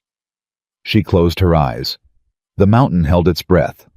They came at 3 in the morning. Not 4 riders this time, 6. And they didn't come down the South Trail where everyone was watching. They split, 2 from the south, 2 from the east, 2 coming around the back of the corral from the tree line. Quiet and patient, the way men moved when they'd been paid enough to take their time. Caleb heard them first. He didn't wake Grace by shaking her. He put one hand on her shoulder, one firm press, and she was sitting up with the rifle before her eyes were fully open. That was the thing about a week of sleeping in a camp where danger was real. Your body learned the language of urgency faster than your mind did. "How many?" she whispered. 6 at least, maybe more on the ridge. He moved to the window. "They're not here to talk." Walt was already up. Pete too. The 4 of them in that cabin, and the night pressing in from 3 sides, and the specific quality of silence that wasn't silence at all. It was the sound of men trying not to make sound, which was its own kind of loud to anyone listening hard enough. "What do they want?" Pete said, and his voice was steady but thin. "Same thing they always want. Walt said. He checked his rifle. For us to be someplace else. Caleb turned from his window. He looked at Grace with an expression that was completely stripped of everything soft. No almost smile, no careful distance, no measured words. Just the plain hard face of a man making a fast decision about what he valued most. The ledger goes out the back, he said. Now, with you. I'm not running. Grace. He said it the way you said a thing when there was no room left for argument. If they get in here, and they get that ledger, every family in it loses everything. You know that. He held her eyes. I'm not asking you to run. I'm asking you to protect the one thing that can't be replaced. She hated that he was right. She hated it the way you hated things that cost you something important. Where, she said. There's a dry creek bed 30 yards behind the corral. Follow it north for a quarter mile, and there's a split rock I used to use as a supply cache. Big enough to hide in. You'll hear everything from there, and I'll come for you when it's clear. And if you don't come... He looked at her straight. Then you ride to Denver alone. You know the route now. You've got the ledger. You finish it. The simplicity of it was almost unbearable. He had just handed her the plan for a version of the night where he didn't survive it, and he'd said it with the same level voice he used for everything, because falling apart in front of her was not something Caleb Rourke was apparently capable of doing. She took the ledger from her sleeve and pressed it flat against her chest for 1 second. Not dramatically. Just checking. Just making sure it was real, and then she tucked it back. She looked at him. Don't get shot. Working on it, he said. She went out the back. The creek bed was dry and smelled of dust and old pine resin, and she moved through it fast and low, not running the careful, controlled movement of someone who understood that speed and sound were two different things, and you could have one without the other if you were disciplined about it. She found the split rock. She pressed herself into the gap between the two halves of it, rifle across her knees, and she listened. For 43 of the longest minutes of her life, she listened to the sounds of Caleb's ranch under assault. Voices she didn't recognize. Caleb's voice once sharp and commanding. A crash that might have been the corral gate. Walt saying something short and profane. Horses moving the specific anxious scramble of animals that could smell human aggression. A single shot that made her hands go cold on the rifle stock. And then silence. And then Caleb's voice again, and she made herself stay in the split rock, because she had made a promise, and the ledger against her ribs was not hers alone anymore. Then another shot. Then nothing. The nothing was worse than anything. She was 10 seconds from breaking and going back when she heard footsteps in the creek bed. She raised the rifle. Pete came around the boulder with his hands half raised when he saw the rifle pointed at his face, and he said, "It's me. It's Pete. Don't shoot me, please." She lowered it. What happened? They're gone. He was breathing hard dust in his hair, a cut across his cheekbone she didn't ask about yet. Caleb ran them off. 2 of them got as far as the cabin, and Walt got one of them with the rifle, and the other one left when he realized nobody in that yard was planning to make it easy. He stopped, hands on his knees. Nobody's dead. Ours, I mean. One of theirs is going to have a bad week, but he rode out. She was already moving past him back toward the cabin. Grace, Pete called after her. She didn't stop. Caleb was sitting on the step outside the cabin door when she came through the gate. His shirt was torn at the collar, and there was blood on his left hand, not the same arm as the knife cut from Colder Creek, the other one, and he was looking at the blood with the detached expression of a man cataloging damage. She walked straight up to him and crouched down to look at the hand, and he let her take it without argument, which told her something about the state of him. Through the skin, he said. Caught the gatepost wrong in the dark. I heard 2 shots, she said. Warning shot first. Second one was Walt, and it was necessary. She looked at his hand in the gray pre-dawn light. Knuckles split, palm lacerated from something with an edge. She went inside, got the bandages, came back out, and sat on the step beside him and started cleaning it. He sat still and let her work. You stayed in the rock, he said.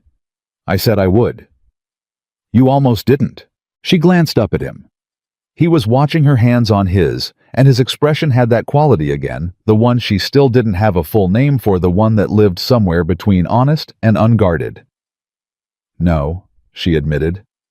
I almost didn't. Walt came around from the corral. He looked at the two of them on the step, and he looked at the bandaging, and he said, "They'll report back to Crowder before sunrise. He'll know the direct approach didn't work. We've got maybe 4 hours before he thinks of something worse." "We're riding at first light," Caleb said. Walt nodded. "I'll have the horses ready." Grace tied off the bandage. She didn't let go of his hand right away. She wasn't entirely sure she'd made a conscious decision about that. She just was still holding it, and he was still letting her, and Walt had already walked away with the profound discretion of a man who had learned 30 years ago that some things worked better when nobody commented on them. "We're going to make it to Denver," Grace said. It came out like a statement. It was partly a statement. It was partly the thing she was saying out loud, so the version of it that lived in her chest as fear couldn't take up any more room. Caleb turned his hand over in hers. Not holding on, just turning it the way you tested something you weren't sure about yet. "Yeah," he said. "We are." They left before the sun was fully up, 2 horses, 2 bedrolls, the ledger in Grace's sleeve, and enough supplies for 4 hard days because Caleb packed for 5 days' worth and called it 4, which was the kind of practical optimism she had come to understand was simply how he moved through the world. Pete stood at the gate. He looked younger than 19 in that early light, and older than it at the same time. "You'll be all right," Grace said. "Walt's here," Pete said. Like that answered everything, which she supposed it did. Walt had pressed a folded piece of paper into her hand before she mounted. She'd looked at him. "Names," he said. "People in Denver who knew my father. Good people. You need somewhere to go if the commissioner's office is a dead end. You find one of those names." She had looked at the paper, then at Walt. "Thank you." He had shrugged with the particular economy of a man who didn't traffic in sentiment. "That ledger gets those families back what's theirs," he said. "That's all the thanks I need." She'd folded the paper and put it with the ledger. Now she and Caleb were 2 hours out of the ranch on the North Trail, moving fast, and the mountain was wide open around them. Summer blue sky heat already building the particular kind of silence that wasn't threat, just space. They didn't talk much the first hour. There was a rhythm to it, the 2 horses, the trail, the way they naturally moved at the same pace without negotiating it, that Grace noticed and didn't remark on. Then Caleb said out of nowhere, "Tell me how you found it." "Found what?" "The ledger. You were the church fund bookkeeper. How does a schoolteacher end up with a land broker's private ledger?" She'd been waiting for him to ask that properly.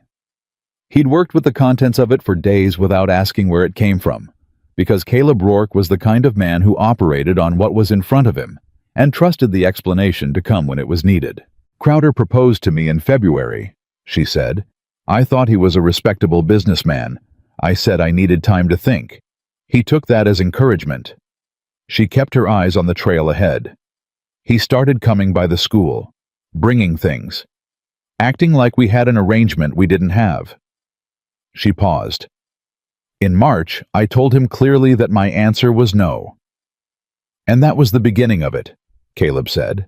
"That was the beginning of it. Within 2 weeks, I noticed discrepancies in the church fund records that I was responsible for. Small amounts at first, then larger ones. All backdated, all entered in a hand that was close to mine, but not quite mine." She felt the old cold anger moving through her chest, the kind that had been keeping her walking for weeks. "He was building a case, creating a paper trail that pointed at me." "He was moving slow," Caleb said, "giving you time to change your answer." "Yes, I understood that eventually. He never said it directly. He never had to." She looked at the sky. "I started watching him instead of the other way around. I started asking questions about land records carefully through the public files, and one of the families that had lost a ranch, the wife was a former student of mine. She trusted me. She showed me paperwork she didn't understand." Her hand went involuntarily to her sleeve. "I understood it." "And you went looking for more."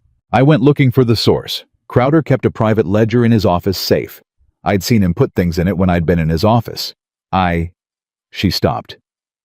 You broke into his safe, Caleb said. There was no judgment in it. Almost something like approval. I had a student once who was very gifted with mechanical things, she said carefully. He taught me several things in return for extra Latin lessons.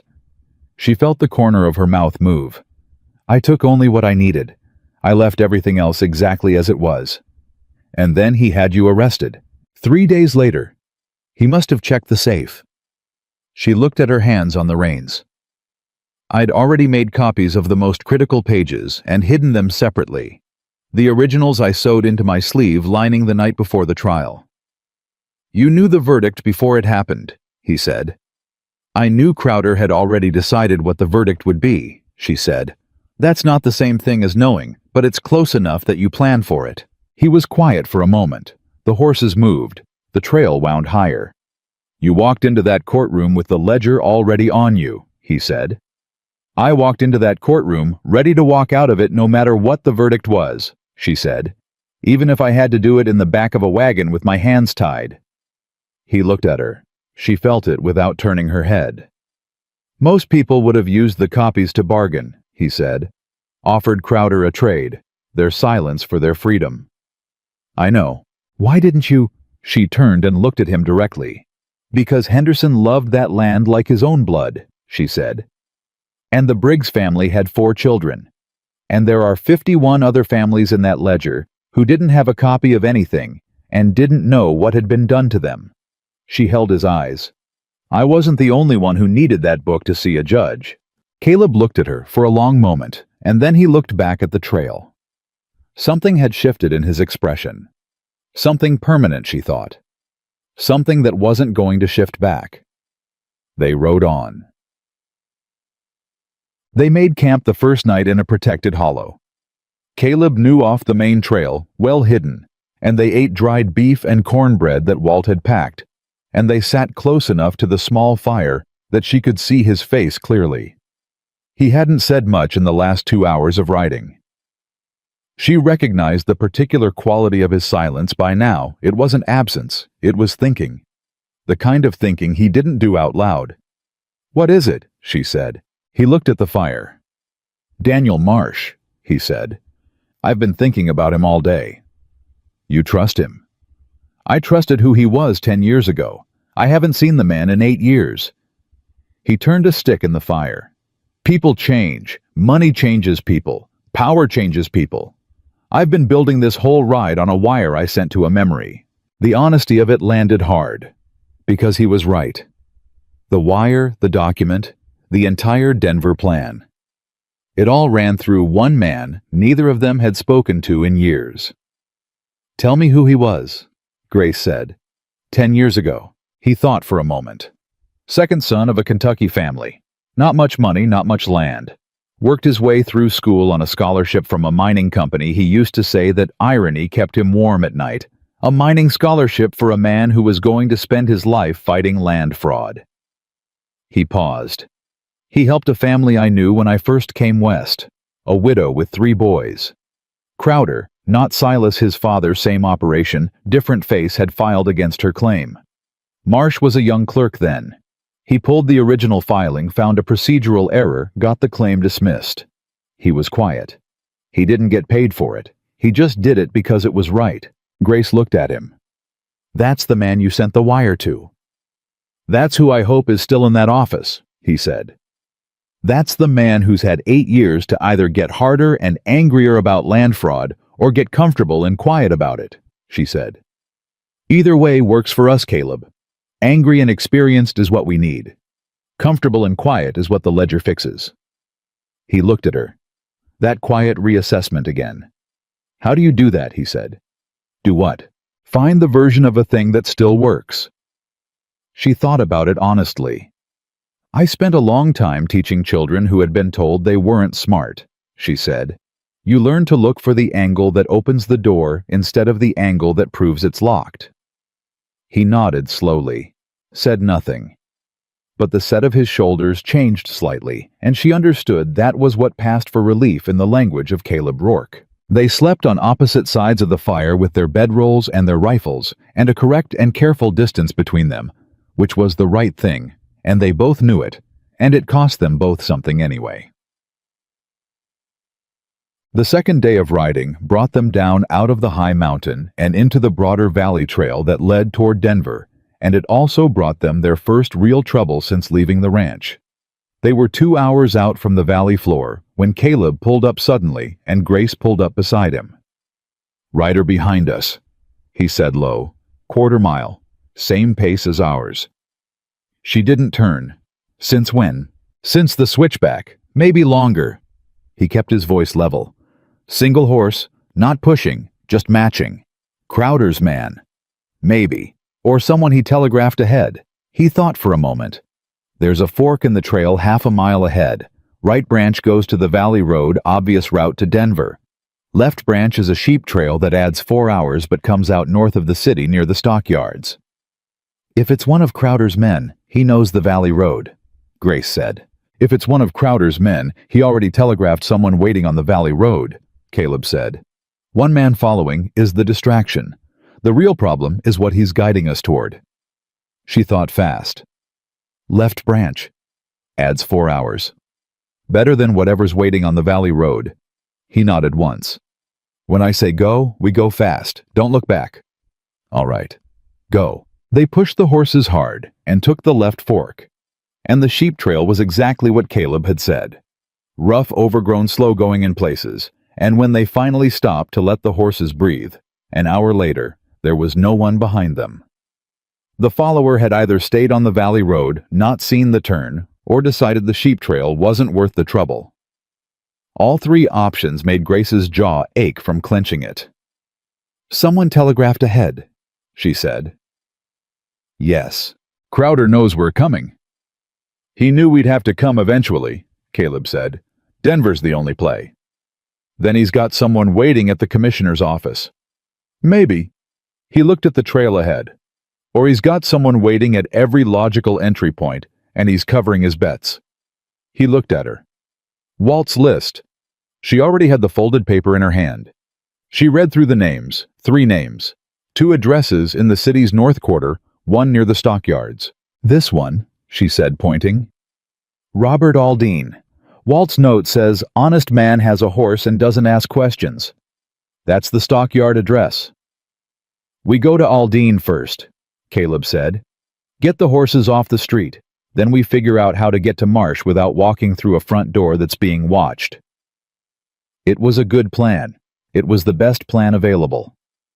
What neither of them knew was that Robert Aldine was going to turn out to be the second biggest surprise of the entire journey. Aldine was a broad-shouldered man of about 60, silver-haired with the specific kind of stillness that came from decades of working around large animals. He opened his stockyard gate, looked at the 2 dusty, trail-worn people on horseback in front of him, looked at Caleb and said, "You Walt's man." "Walt's friend," Caleb said. "Caleb Rourke. This is Grace Whitaker." Aldine looked at Grace for a long moment. Something moved in his expression. "Whitaker?" he said slowly. "From Millhaven." Her spine went straight. "Yes." "You're the school teacher they said stole the church money." "That's what Crowder's trial decided," she said. Aldine stared at her for another second. Then he opened the gate wider. "Get those horses in. Get yourselves inside." He looked up and down the road before he closed the gate. "I've been waiting 3 days for someone to show up with that ledger." Grace and Caleb both went very still. "How do you know about the ledger?" Caleb said. "Because Daniel Marsh has been in my kitchen for 2 days," Aldine said, already walking toward the house, "and he is extremely impatient."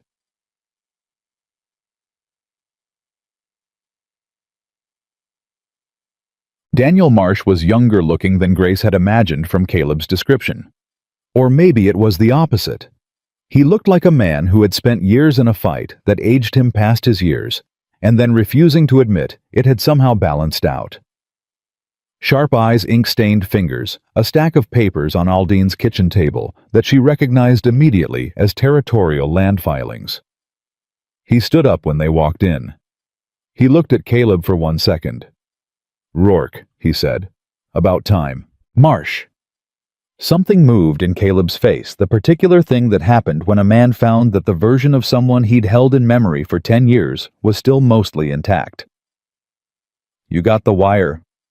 "I got the wire and the page copies, and I spent the next 18 hours pulling every filing in the territorial records under the names you sent me."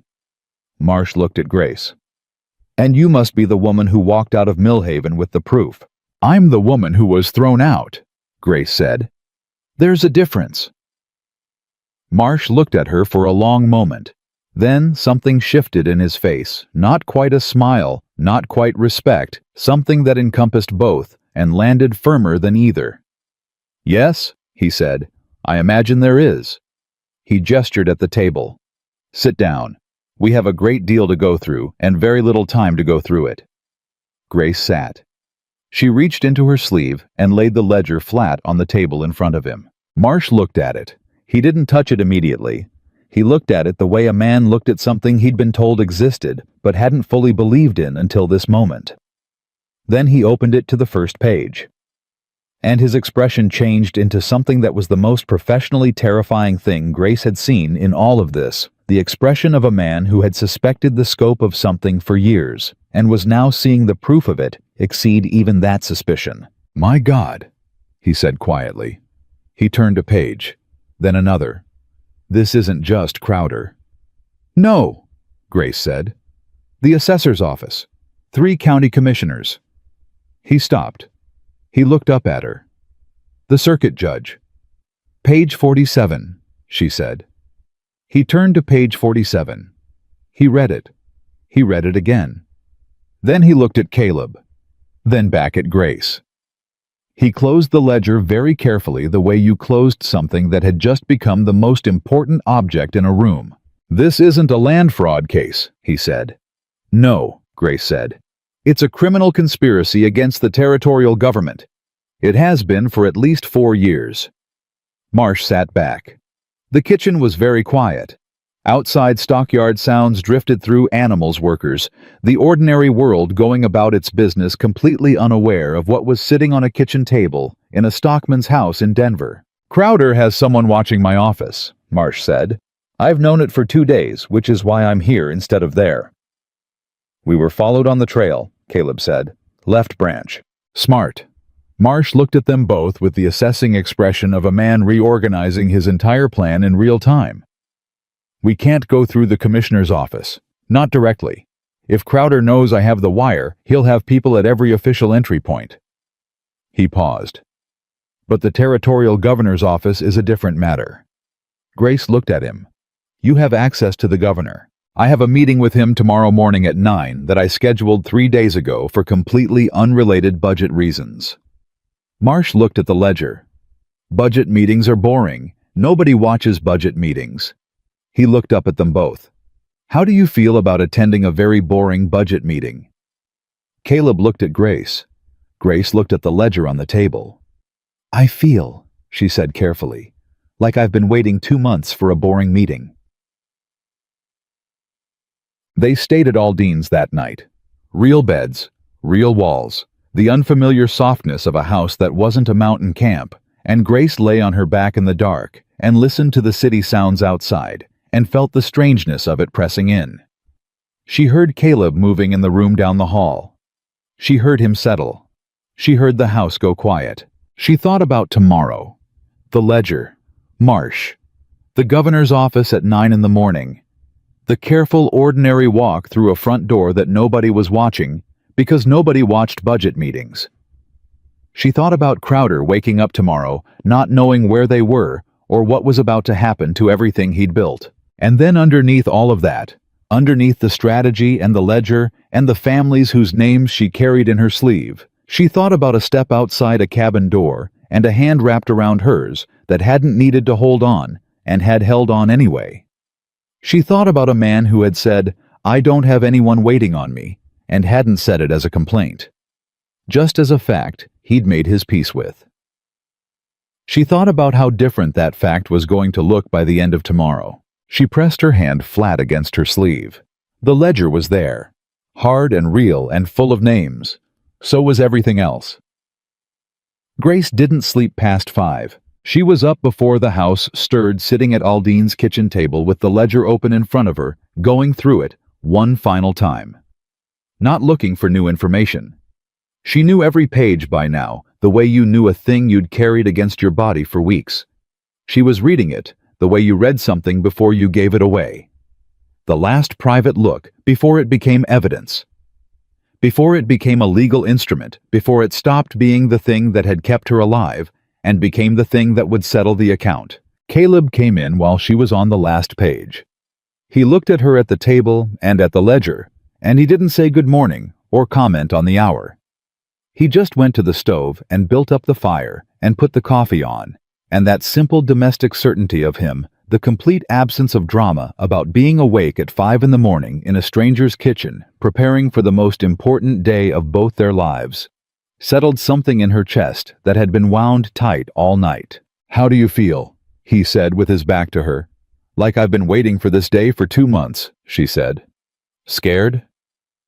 She thought about it honestly. Yes, but the useful kind. He turned around and leaned against the counter and looked at her with that direct, unguarded look that had been getting steadily less rare over the last week.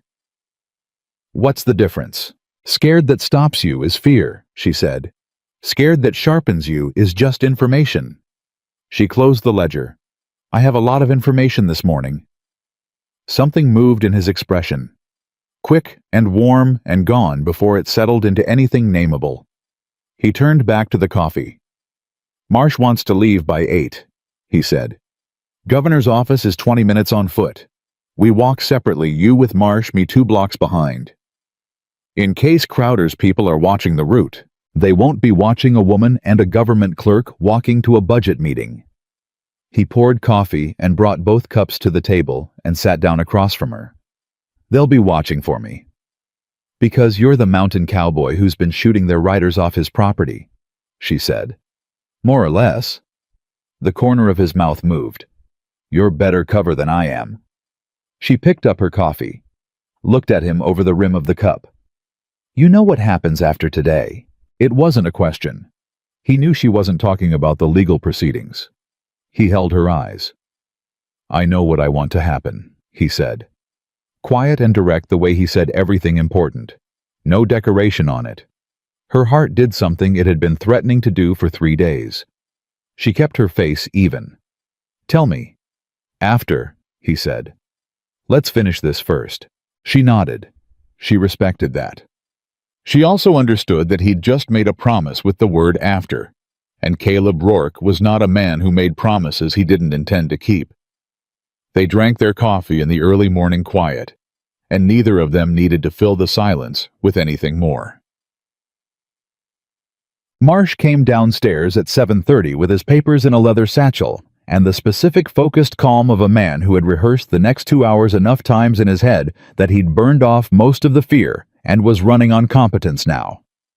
He looked at Grace and Caleb at the table, and he said, "You both sleep?"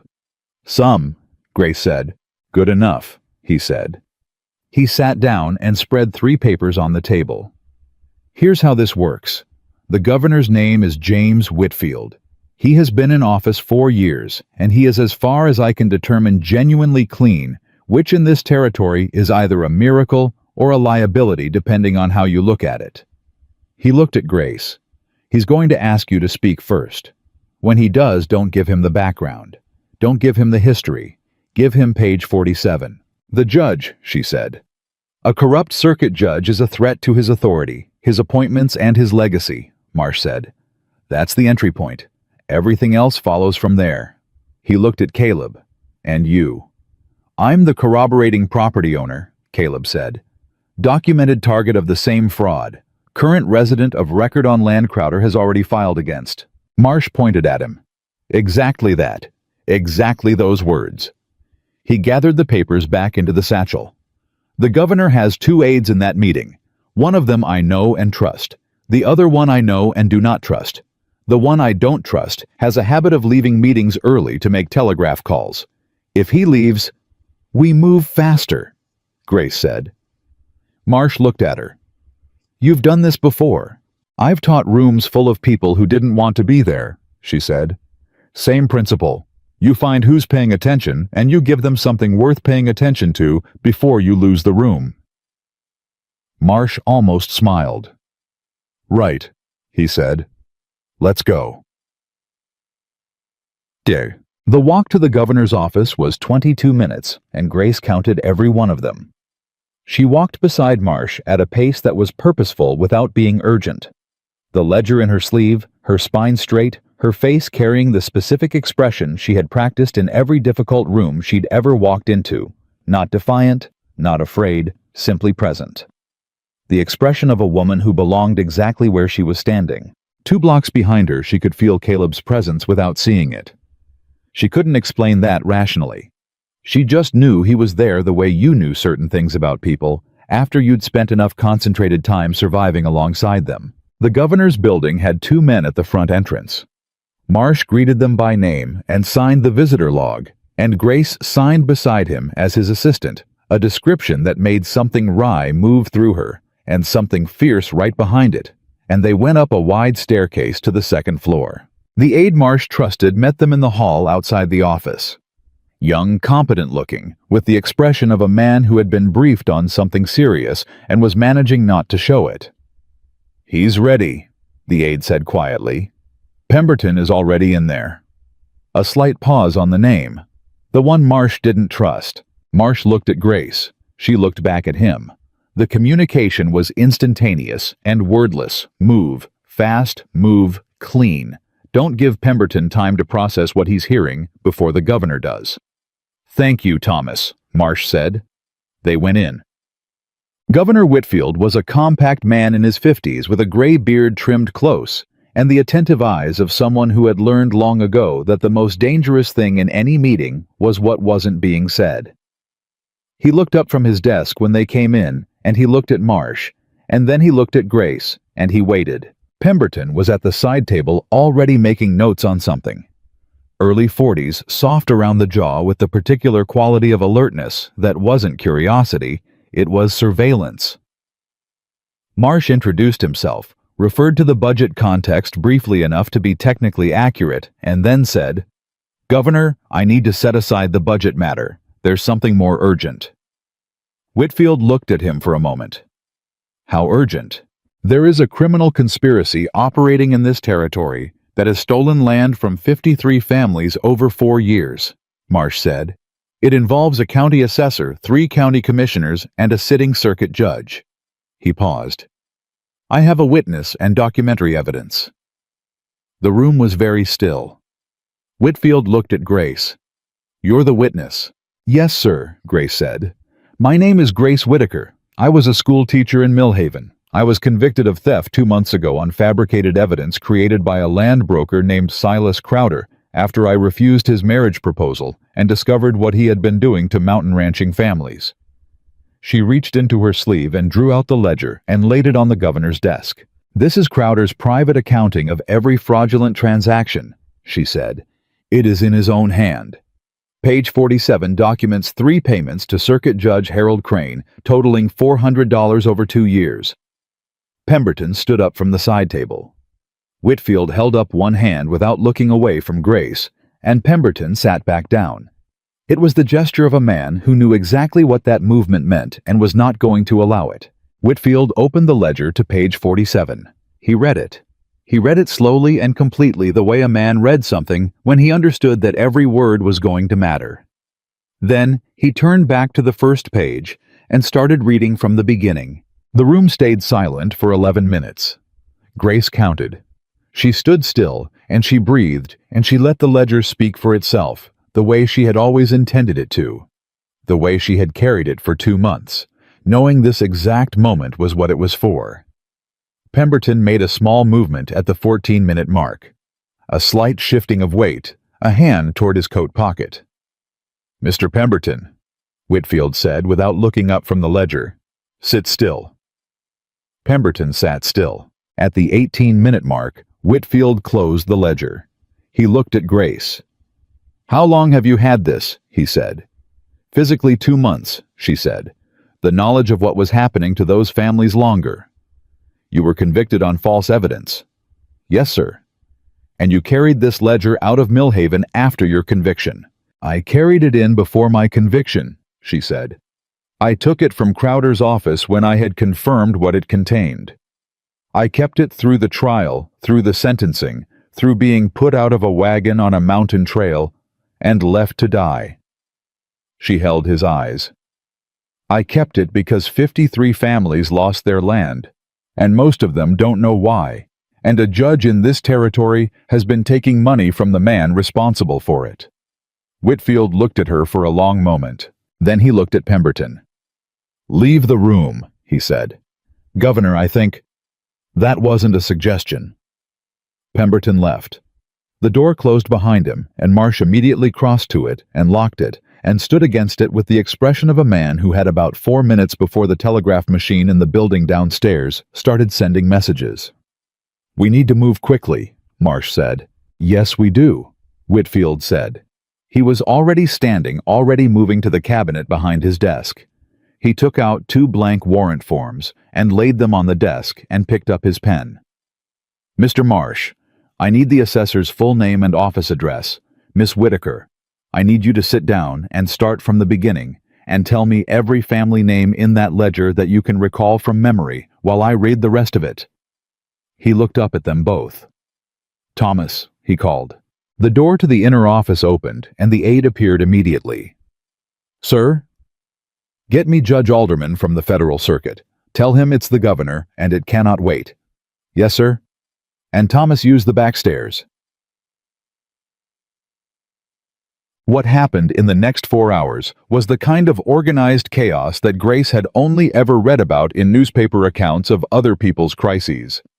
She sat across from the territorial governor of Colorado, and she named names and dates and figures from memory while Marsh cross-referenced against the ledger, and Whitfield filled out paperwork with the focused speed of a man who had decided on action, and was not going to allow himself to slow down and think about the implications until the action was complete. Federal Judge Alderman arrived within 40 minutes. A tall, spare man with cold eyes and a very quiet fury about what he was shown that Grace found enormously reassuring. The arrest warrant for Silas Crowder was signed at 11:14 in the morning. The warrant for Circuit Judge Harold Crane followed at 11:22. The assessor's warrant at 11:30. Grace sat in her chair and watched them being signed, and she felt something she hadn't expected.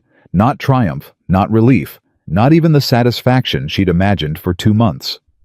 She felt something quieter and more complete than any of those things. The feeling of a weight being transferred from her body to the place where it had always belonged. The feeling of justice taking on its own gravity at last. Marsh crossed to her and put a hand briefly on her shoulder. It's done, he said. She looked at the signed warrants on the governor's desk. Not yet, she said. He looked at her. Crowder has to actually be arrested, she said. Crane has to be suspended. The families have to be notified. She looked at Marsh. The case has to be made in open court with this ledger as evidence, so that every person in this territory who was told I was a thief hears the truth from a judge's bench. Marsh held her gaze. Then he nodded slowly with the respect of a man who had just been corrected on what completion actually looked like. Yes, he said. You're right. Whitfield looked up from his desk. Miss Whitaker, he said, I am issuing a formal stay of your conviction effective immediately pending review. You will receive a written document before you leave this building. He paused. I am also going to personally recommend to the court that your conviction be expunged entirely, not merely reviewed. What was done to you was a perversion of this territory's legal system, and I intend to say so on record. Grace looked at him. She had prepared herself for many versions of this moment, over 2 months of carrying that ledger. She had prepared for resistance and negotiation, and the slow grinding machinery of institutions protecting themselves. She had not prepared for a governor looking her in the eye and using the word perversion and meaning it. She said, "Thank you, sir." And her voice came out steady, which was an achievement she was quietly proud of. Caleb was waiting on the corner 2 blocks from the building. He was leaning against a post with his arms crossed and his hat low, and the studied casual posture of a man who had been waiting for a very long time and was not going to let anyone see how hard the waiting had been. He straightened when he saw her come around the corner with Marsh. He read her face before she said a single word. Something moved through his expression. Something she could only describe as the specific relief of a man who has been holding a door shut against something heavy for a long time and has just been told he can let go. Marsh shook Caleb's hand and said something about follow-up proceedings and the land commissioner's office and testimony scheduling, and Grace heard all of it and filed it away. But she was watching Caleb's face and he was watching hers. And there was a conversation happening entirely above and below the practical words that Marsh was saying.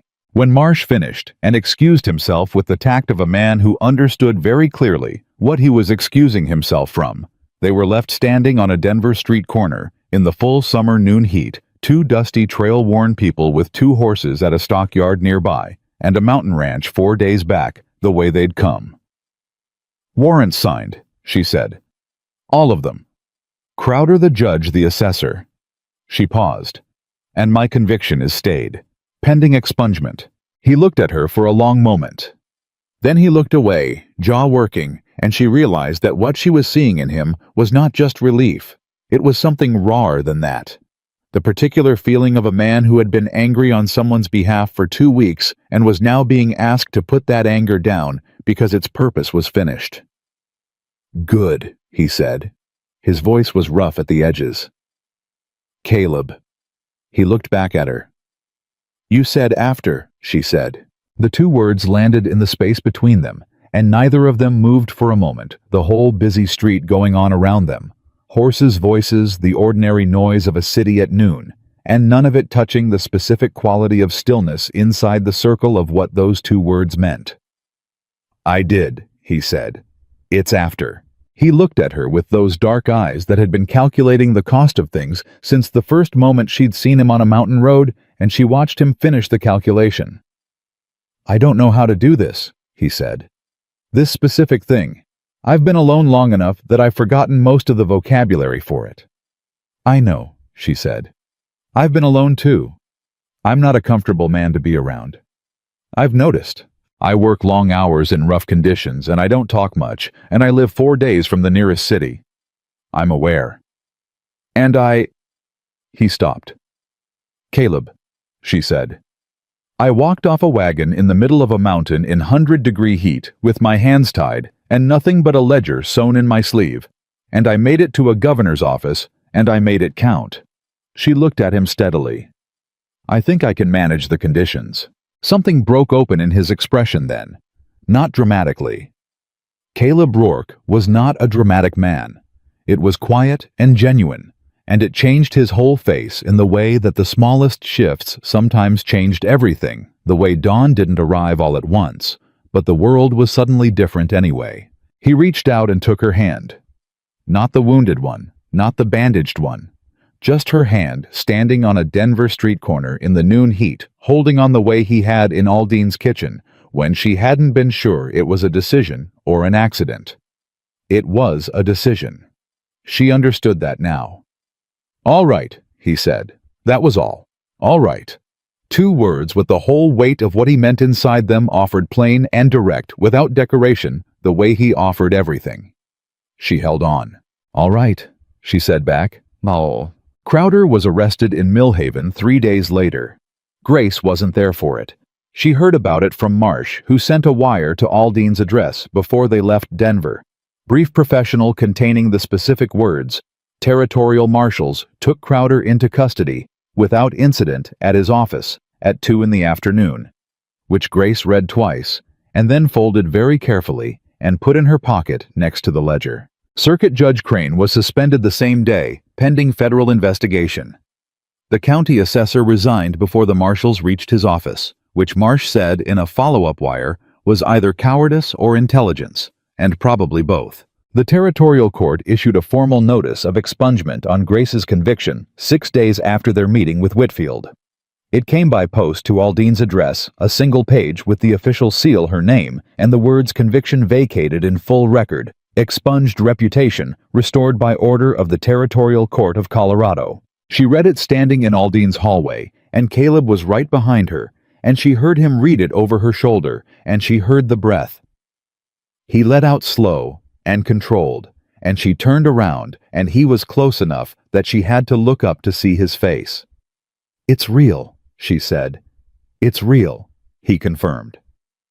She folded the document and put it in her other pocket, opposite the ledger. Two things she had carried to very different ends.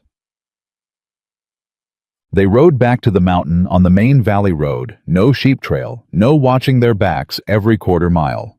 4 days in open country with the summer moving toward its late August gold, and the light going long and clean in the afternoons, and the two of them talking more than they had in all the days before combined.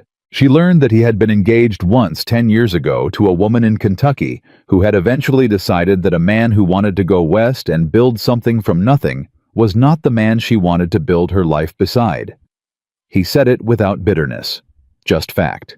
He learned that she had come west because Missouri had started to feel like a room she'd already understood entirely, and she had always suspected there were rooms she hadn't seen yet. He listened to this with the expression of a man who recognized something. "That's the bravest reason I've ever heard for moving west," he said. "Most people thought it was foolish," she said. "Most people," he said, "build small fences around things they don't understand and call it wisdom." She looked at him. He was looking at the trail ahead with that steady profile she had memorized somewhere in the second week without meaning to. "You could have gone smaller yourself," she said. "After 10 years alone up there, you could have built a smaller life, tighter, safer." "I could have," he said. "Why didn't you?" He thought about it honestly, the way he thought about everything. "Because smaller didn't feel like surviving," he said. "It felt like a slower way of disappearing." She understood that with every fiber of what she was. She didn't say so. She just rode beside him in the long afternoon light and felt it land. "Sure." Walt was at the gate when they came through. He looked at them both and looked at the way they were riding close enough that their horses' shoulders nearly touched easy and unguarded, and he said nothing whatsoever, which was the most eloquent possible response.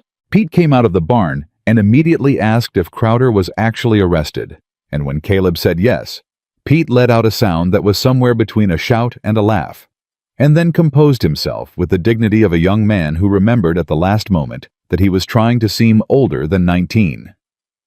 Walt shook Caleb's hand. Then he looked at Grace. "You did it," he said. "We did it," she said. He shook his head slightly, not disagreeing, just acknowledging something he didn't have language for and had decided not to need language for. He turned and walked back toward the corral, and Grace understood that was Walt's version of a standing ovation. The letters Marsh sent over the next 3 weeks came steadily, each one carrying news that Grace read aloud at the supper table while Pete listened and Walt pretended not to listen from across the room. The Briggs family's land claim was under formal review. Henderson had been located in Wyoming and notified of the proceedings. 11 of the 53 families had already come forward with documentation to support their claims. The Territorial Court had appointed a special review commissioner, not the bought assessor, not anyone connected to Crowder's network to process restitution filings. It wasn't fast. It wasn't clean. It wasn't the fairy tale version where justice arrived in a single afternoon and everyone went home restored.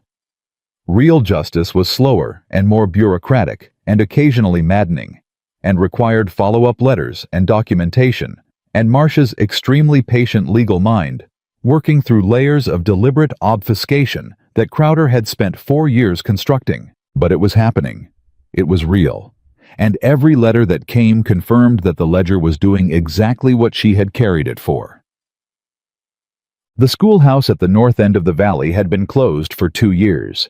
The ranching families in the upper mountain had no school for their children, no place for the hired hands who'd been cheated out of contracts they couldn't read, no center point for the community that Crowder's systematic destruction had scattered. Grace found the building on a Tuesday in early September. She walked through it alone, assessed the roof, workable the floor sound, and the windows, 2 of which needed replacement. She stood in the middle of the empty room and looked at the afternoon light coming through the gaps, and thought about what a room could be when someone decided it was worth something again. She walked back to the ranch and found Caleb in the corral. "The schoolhouse on the North Valley Road," she said. He looked at her. "I know the one. It needs a new roof section on the east side and 2 windows replaced. The rest is sound." He held her eyes for a moment. "You want to reopen it?" "I want to teach again," she said. "Here. For the ranch children and the families coming back, and anyone else who needs to know how to read a contract before they sign one." She paused. "I've been thinking about what these families needed to protect themselves. It wasn't just the ledger. It was the knowledge to read what was being done to them." Caleb was quiet for a moment. "The east roof section will take 2 days," he said. "I've got cedar shingles in the barn from last fall." "I know," she said. "I found them." That moved something in his expression. The quiet amusement and the recognition together. "Of course you did," he said. They started on the roof the following Saturday. Caleb and Pete and Walt and 2 neighboring ranchers who had heard through the Valley Telegraph, which was to say, through Walt, telling one person who told everyone that something was happening at the old schoolhouse and had shown up with tools without being asked. Grace worked alongside them. She handed up shingles and she pulled nails, and she did not stand back and supervise because the schoolhouse was hers to build as much as it was theirs to help with, and she intended to put her own hands on every part of it. By Sunday afternoon, the east roof was done. By the following Wednesday, the windows were replaced. By the end of September, 7 children were sitting on new-made benches, and Grace was standing at the front of the room with a piece of chalk and the same feeling she'd had in every classroom of her life, the specific aliveness of a room where someone was learning something for the first time. Caleb came to get her one evening in early October when the air had turned and the mountain was going gold and copper at the top. She was grading papers, actual papers, the first batch of her students' writing practice, which ranged from extremely promising to enthusiastically illegible, and he appeared in the doorway of the schoolhouse, the way he appeared in most doorways, quiet and filling the frame and not announcing himself. She looked up. "Walk with me," he said. She put down the papers and walked with him. They went out past the corral and along the east fence line, the fence they had mended together in the first week, and the evening was deep blue and cool, and the cattle moved in the far pasture, and the mountain stood up enormous and present behind everything. He stopped at the corner post, the one where she had found the deliberate cut, the first sign that Crowder's people had been working against him, the first moment they had understood they were in the same fight. He looked at the post for a moment. Then he looked at her. "I've been trying to figure out how to say this for about 3 weeks," he said. "I know," she said. "I've been watching you figure it out." The corner of his mouth. "Was it obvious?" "Only to me," she said. "Walt probably knows too, but Walt knows everything." He looked at the mountain, then back at her. "I want you to stay," he said. "Not in the way that means I need something from you, and not in the way that means you owe me anything, because you don't. You don't owe me a single thing." He held her eyes. "I want you to stay because this place is better with you in it. Because I am better with you in it. And because I have been alone on this mountain for 10 years, and I did not know until you showed up half dead on a dirt road that I was waiting for someone with enough courage to make the loneliness make sense." The evening was very quiet.